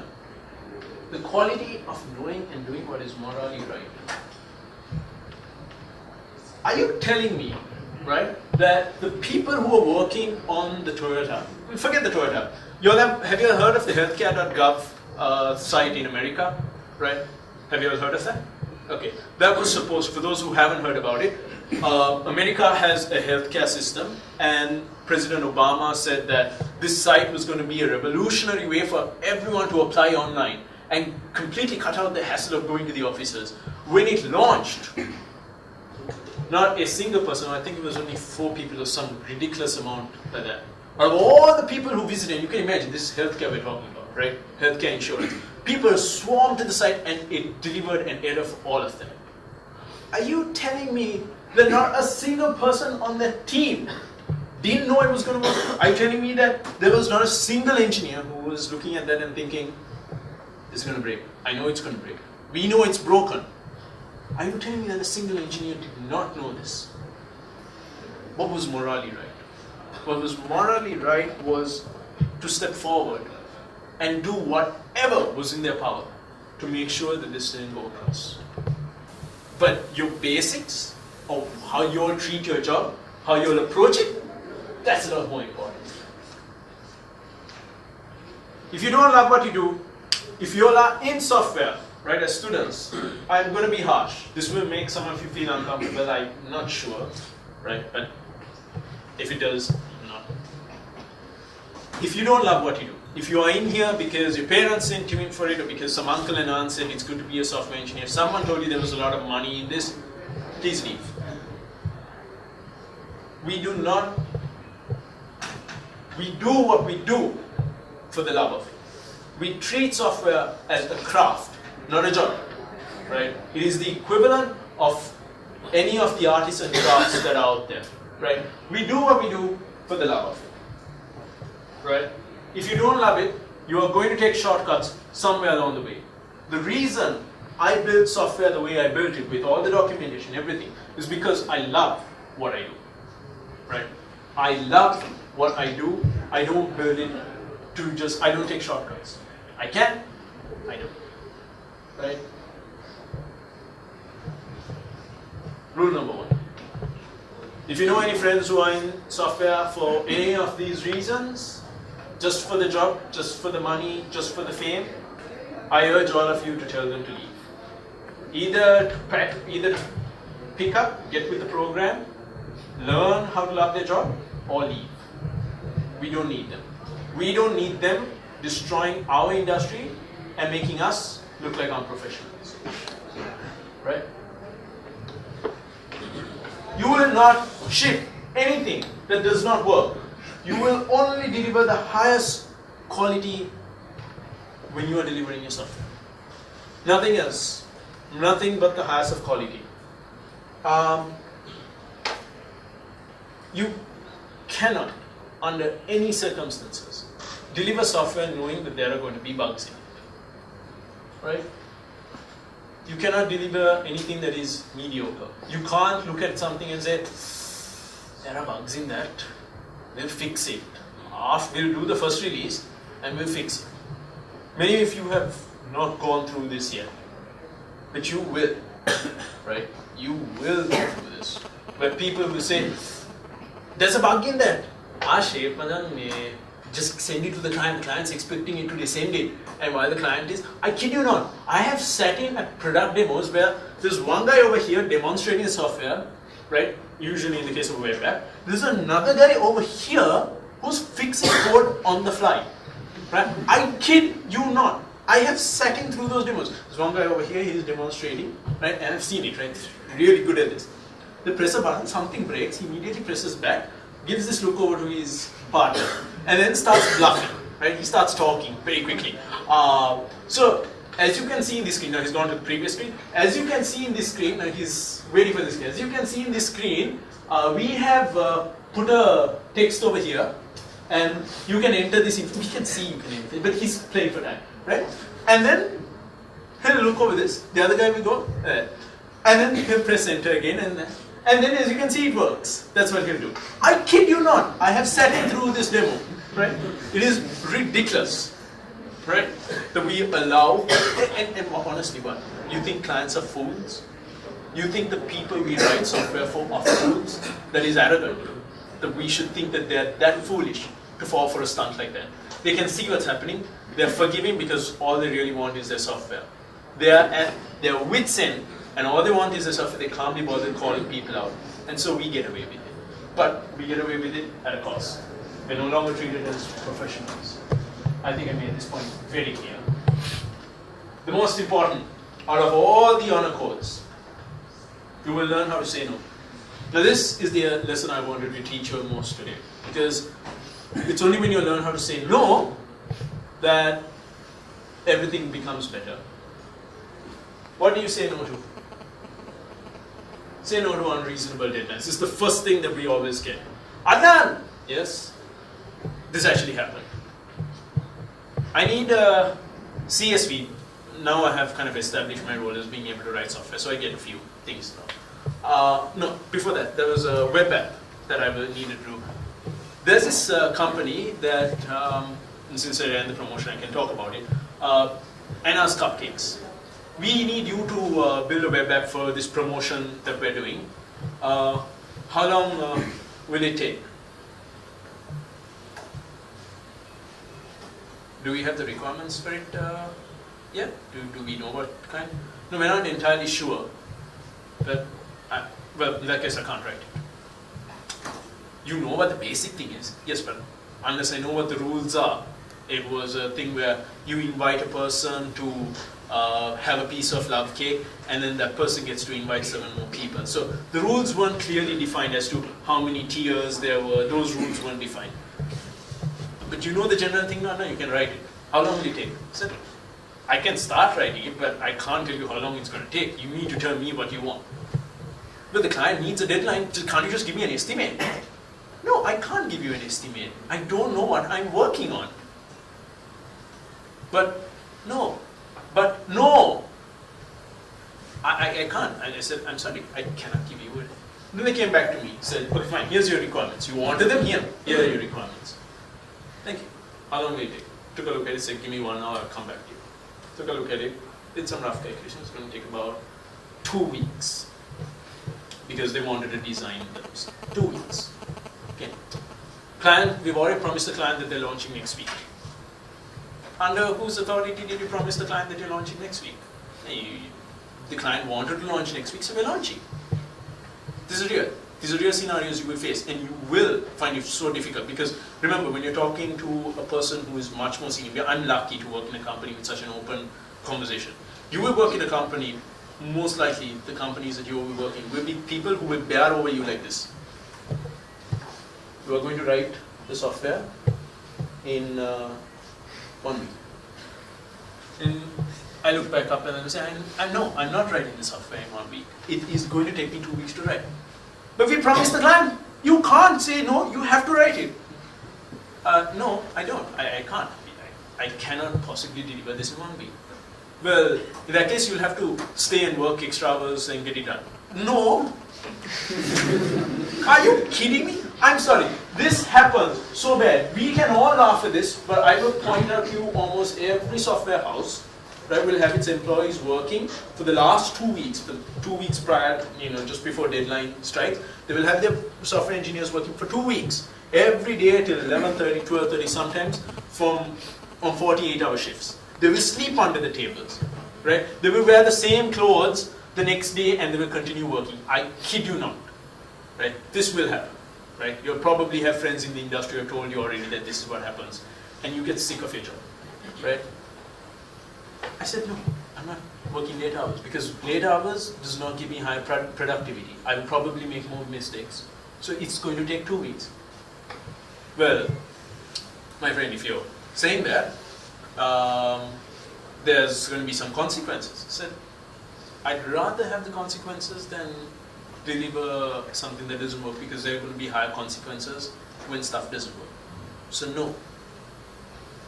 Finally, they backed off. Managers will use every emotional trick in the book to get you to say, I'll try. The moment you say, I'll try, for them it means, I'll do. They're waiting for you to say, I'll try and get it delivered in 1 week because they're pressuring you. They know that you're going to say this just to get them off your back. Hey, go, shoot. I'll try. Go with it. In your head, you're thinking, I can't do this in 1 week, but when he comes along and said, I tried, but they're not going to take that. They're going to take that as a yes. Right? And you will not say, I'll try. You will say, no. For the people who become independent software developers, web developers especially, someone's going to come along and say, I want you to do this site for $50. No. They will say, well, in that case, I'm going to the next bidder. That's fine. Go to the next bidder. You anyway don't appreciate good quality work. Most of you will fall into the trap of saying, but I need money for this project. I need money to survive. Would you rather have money, or would you rather be responsible for debts, lives being destroyed, trust in our entire industry being destroyed? Which one would you rather have on your head? Would you rather have money, or would you rather have the weight of all of these responsibilities on your head? This is something that we always forget. We say, yes, we'll do it for $50, and we do a terrible job of it, and horrible things happen. Say no to instability. What do I mean by no to instability? The same thing that I told you about the healthcare.gov thing. Somewhere in there, someone knew that this project was going to fail. And they said, yes, we'll run with it. Do not do that. I think I made that point exceedingly clear. That you. I went a little too far. Alright. Be transparent. I have 2 more to go and we're done. Be transparent. Too many times have I heard a project manager coming along and saying, we couldn't get it done because the boys reported there was some problem in the exporting of the data. There was some problem that we have to do some research and development on. Perfect. No one wants to question the person, the project manager who's now sounding smart. It sounds like you're telling the truth, but you're not. What really happened was you probably said yes to an unreasonable deadline, and what's worse is that you probably went ahead and developed code in a really bad way. People do this. Oh my God, people do this, right? And you're just covering it. You don't want to admit your mistakes. You cover up. This will happen. This will happen. You will at some point be responsible for doing this. I know I have. Once. Not doing that again, ever, right? You will make every effort to make sure that everyone understands what you are working on. When someone says, why isn't the system ready yet? Why did this break? You will stand up and say, it broke because, example, when someone asked me why one of my projects got delayed, it was a system for getting data from another website, for scraping the data. Why is it getting delayed? I said, well, thought about it. Okay, what happened was that I initially tried to write the scraper in a way where it would download the data of one book or one piece of information at a time. And I discovered that it was taking 3 seconds per item, and we had 1 million items to download, so it was going to take me 3 million seconds. And it was just going to take too long. I made a mistake. So I'm currently rewriting it to download things parallelly, to multi-thread the application. And I explained it. Put my hand up, I was honest. The funny thing is, the person in charge of my work reported to the person who wanted this first. He reported first, right? And what he said, right, we've long since sorted this out, but what he said, right, in an attempt to cover me, right, which I said, please don't do that again. In an attempt to cover me, what he said was, there's some problem with the site that Adnan is trying to get the data from. Perfectly acceptable reason, right?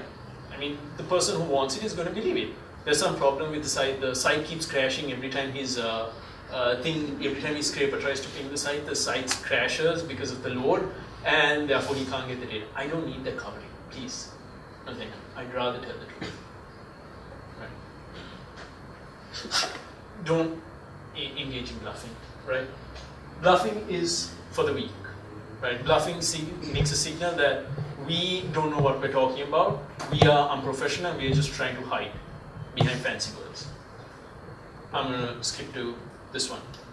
Always test. When I say test, and I'm going to run one small demo now, right? When I say test, I don't mean send it to the QA department to find out whatever bugs there are. Right? The way software houses work is, you software engineers develop the software and then send it to the QA team, and the QA team runs the software manually and says, oh, okay, fine, it had all these bugs. The QA team should not be able to find any bugs, because if they find bugs, you all did not do your job, right? The engineers did not do their jobs. The BAs may not have done their job of writing the proper test cases, right?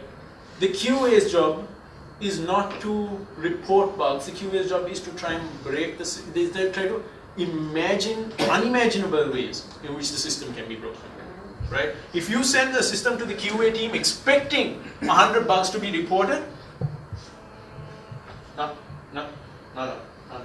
How do you combat this? How many of you all have heard of unit testing? Hands, please. How many of you all have heard of unit testing? How many of you all are software engineers, programmers? Okay. Okay. Here's my last project I worked on. I have to generate a CSV for uploading into our system. This is going to fail, right? I want to know if my system works. I don't run it, not even once. As in, I don't run the system and then try to look for errors. I just run this one command. And I know immediately what's broken in my system. Right? I can immediately see that there's stuff broken. I can go through these errors and I can find out. Now I'm going to attempt something. Try and sync it with the latest version of my software. Blah, blah, blah. Right, I don't have internet. I'll try and do the demo later. But what you saw there for that brief moment, right, was a set of tests running on my software automatically. Do you know how many companies here don't use automatic testing? Almost all of them. I can count the number of companies that I know, popular software houses that do automated testing, with one hand. There are just two that I know of that use automated testing properly. This is ridiculous, right? I worked on a software, mind you, 2,700 test cases. I worked with the software, not on the software.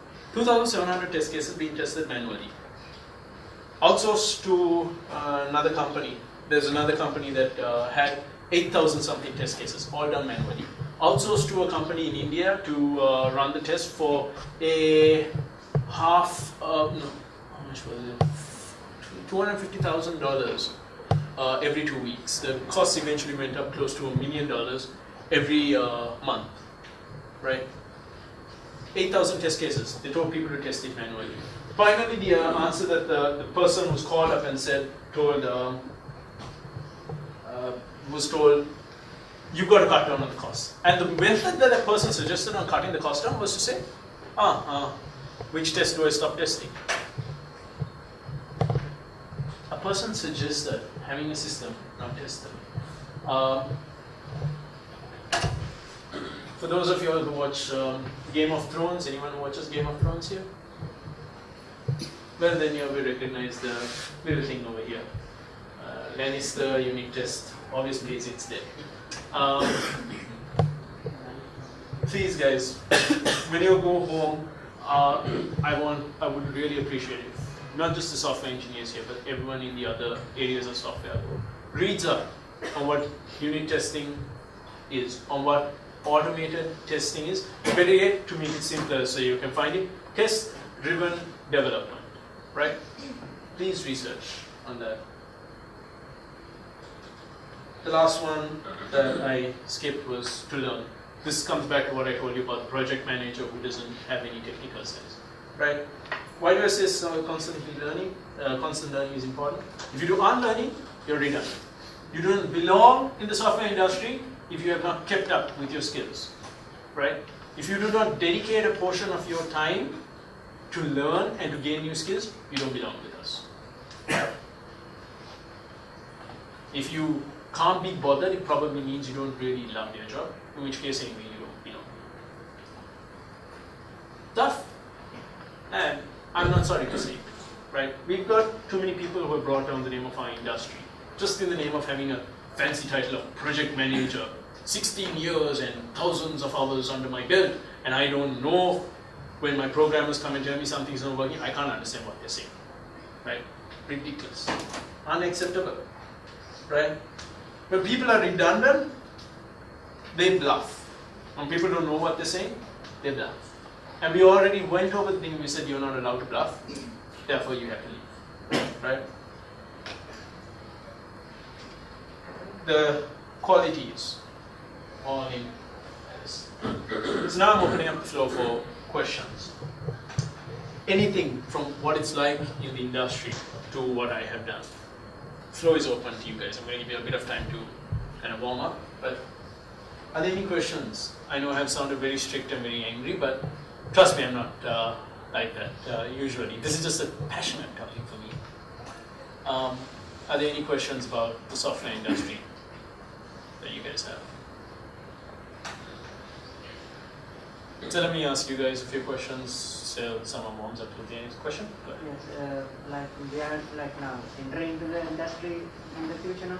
So how do you know what to test and like to prepare this into your standards? Okay. So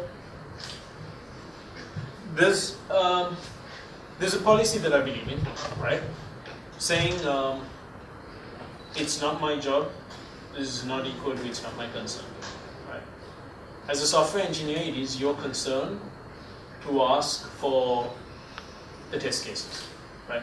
When you go into the industry, if you go in as a software developer, a BA will come along. Is the person who gave the BA talk still around here? Oh, she left. Okay, she's left. Did she talk to you all about the BAs coming and giving the test case requirements and stuff? Did she mention that? Okay. So BAs will come along and say that these are the tests. What is a test? A test is something like if the person does not enter a password, tell the user that they need to enter a password. That's a very basic level thing, right? But that's one of the possible test cases. For the web app that I had, actually I can demonstrate this one to you. If I have it on this computer, I'm not entirely sure I do. Right, I am not entirely sure I have it.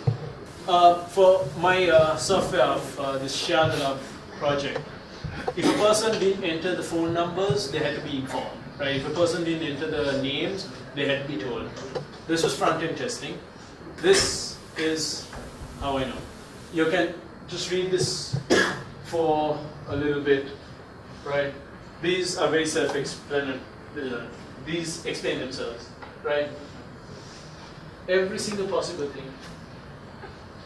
As a software developer, you should be able to think of these things by yourself. You have to practice thinking of these things by yourself, right? And when you're writing, you should know. The moment you write an if condition, there's probably an area that should be tested, right? Because an if means that if this, then that. That's a test case, right? A test case is generally that. If this, then that. So I've said if the person puts an empty string, they're each given a little e code. If they enter an empty string, it should the code is not null or empty. They should return false. I've written this test wrong. As in I've written the name of it wrong.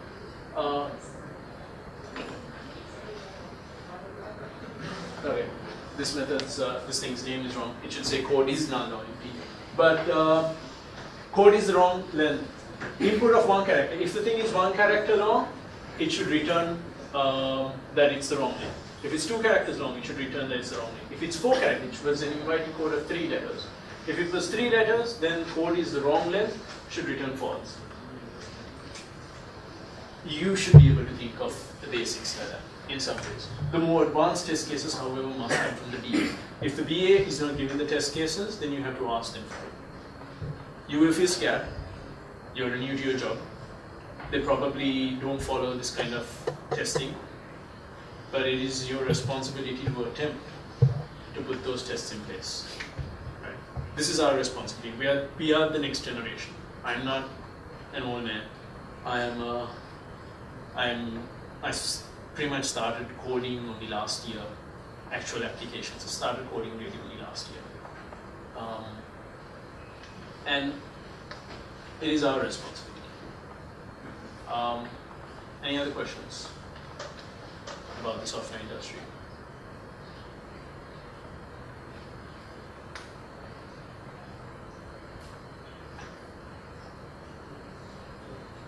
How many of you all have worked on your own projects?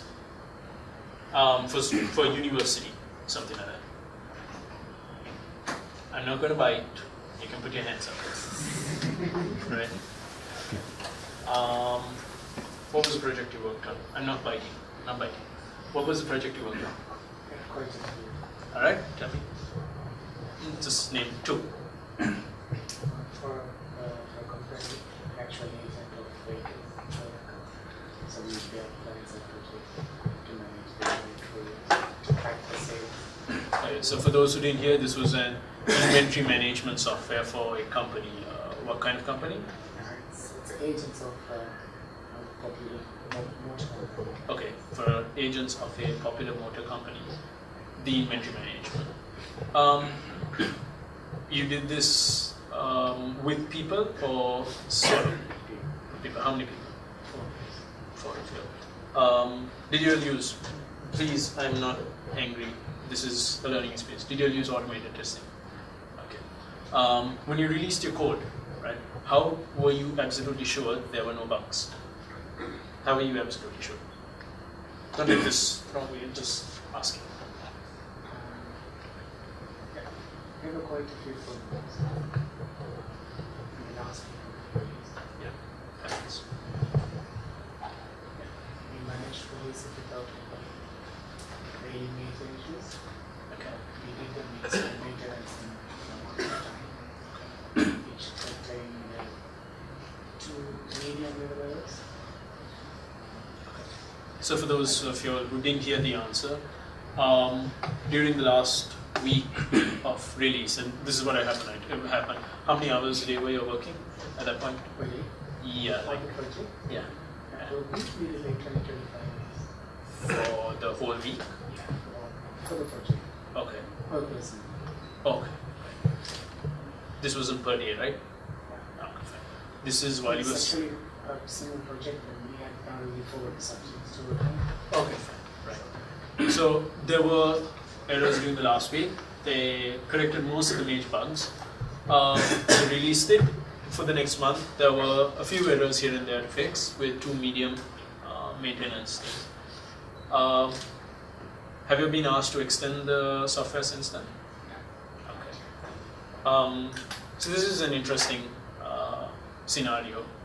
When people are asked to extend software, what generally happens? Give you a real life scenario. When I can't really think of one right now, but I'll just pick one of my projects that I managed to correct the bug before it went out. I have a newsletter generating software, right? What it is, it generates our newsletters that we send out from our okay? They changed the site design, okay? And if for those of you who visit our site, you would know the site design changed radically, right? And that broke my software. But when I recoded it, right, and I ran it the first time just for the heck of it, I didn't bother running the test, I just pressed F5 just to run it. Everything seemed hunky-dory. It worked. Oh, yeah, sure, it worked. Got the data, generated the newsletter, beautiful. Then I ran the test and 10 tests screamed errors. Why? Because our URL structure had changed, and in my matching of the URL, where I said, if it's like this, I had broken up a bunch of things that were sitting in the backend. Right? Thanks to the test, I fixed it. But this is a case where things can happen. A popular company, a financial company in the US, we're talking Enron style, big company, lost over $5 million US, right? When a server was hacked. The server that was hacked, funnily enough, there was only one server that was hacked out of all their server, the entire server farm. Someone had by mistake pushed code over to that and had by mistake uncommented a line that should have stayed commented. Now, if they had tests, it would have passed, but they didn't, and people lost $5 million US. Are you still developing software? You're still developing software? I'll talk with you guys. I'd be happy to help you all figure this one out. Is there anyone else here who has developed software for other people or software? I saw a few others holding up their hands. What happened to those hands I saw like about a minute ago? I'm fairly sure I saw some other hands and right now they're hiding. Guys, don't look. I was quite strong with my words today. Now I'm going to wrap up, right? I was quite strong with my words today. And have you ever watched the movie where they reenacting of the story of Jesus? Have you ever watched the movie where, I'm not from India, not very good with remembering names, but one of the followers, he says, Jesus looks at him and says, "You will betray me before the sun rises," something like that. Probably getting quite a bit of it wrong, forgive me. And the person says they won't, but they do. Many of us will think that we're not going to make these mistakes when we go out there, but we will. You guys are at this point the future generation, right? If there's any hope of saving our software industry and creating them as professionals, this hope now lies with you. Right? There are going to be old fuddy-duddies who come out at you, don't know any technical stuff, and they will say, "Get it done, write it in 2 weeks." You will be scared to say no, because these are people who will say that you could lose your job. But when that time comes, understand this, that your job, it's more of a bark versus bite kind of threat. They can't really carry it out. They won't really carry it out. They make life difficult for you, right? And you will, at all those times, be pushed and tempted to say yes. But I urge all of you to never, ever, ever give in to that, because it will destroy lives. People's lives are depending on us right now, and we are failing them miserably. We have an honor code to stick to. I will be posting this up as a manifesto almost, and I will hopefully try and get this through to all of you. We have an honor, we have a moral obligation to stick to this honor, right? And as a person who has been able to successfully do so, I can tell you now it's not impossible. It's difficult, extremely difficult, but it's not impossible. I'm leaving this place with the message that, once again, it is a moral obligation to do what is right. It's not a duty, it's not a job. It's not something you do because you're getting money. It is something you do because you have been entrusted with the power of software to create something out of nothing. It's just awesome. Just create something by stringing together a few characters on the screen. It's brilliant. It's amazing. You'll have that power, and you will not ever abuse it. I wish you guys all the best in your future. If you ever have any concerns, whether it be now or 3 years from today, right? I can be you can find me, right? You visit this place, you can find me somehow, right? I'm everywhere on Twitter, Google+, wherever. Please, right? If there's ever any questions, if there's anything that I can do to help you all, my time is yours. All right? Thank you so much, guys.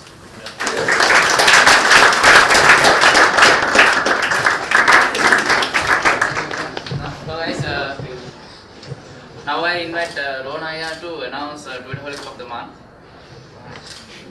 Quite interesting stories and not but less amount of tweets today. Indeed,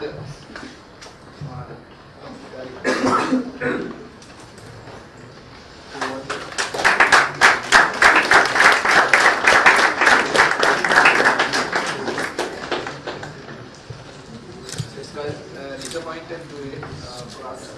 He's the only one who completed. Meeting means quite interesting stuff, means we are evaluating the things. So just make sure sometimes we will in the link. Time onwards, please treat more. So that's all for today's dance meeting. So I hope you guys are looking for refreshment. So please wait here, don't go outside. Refreshment will serve here, so don't go outside. And see you again on next chat meeting on 11th April. Thank you very much.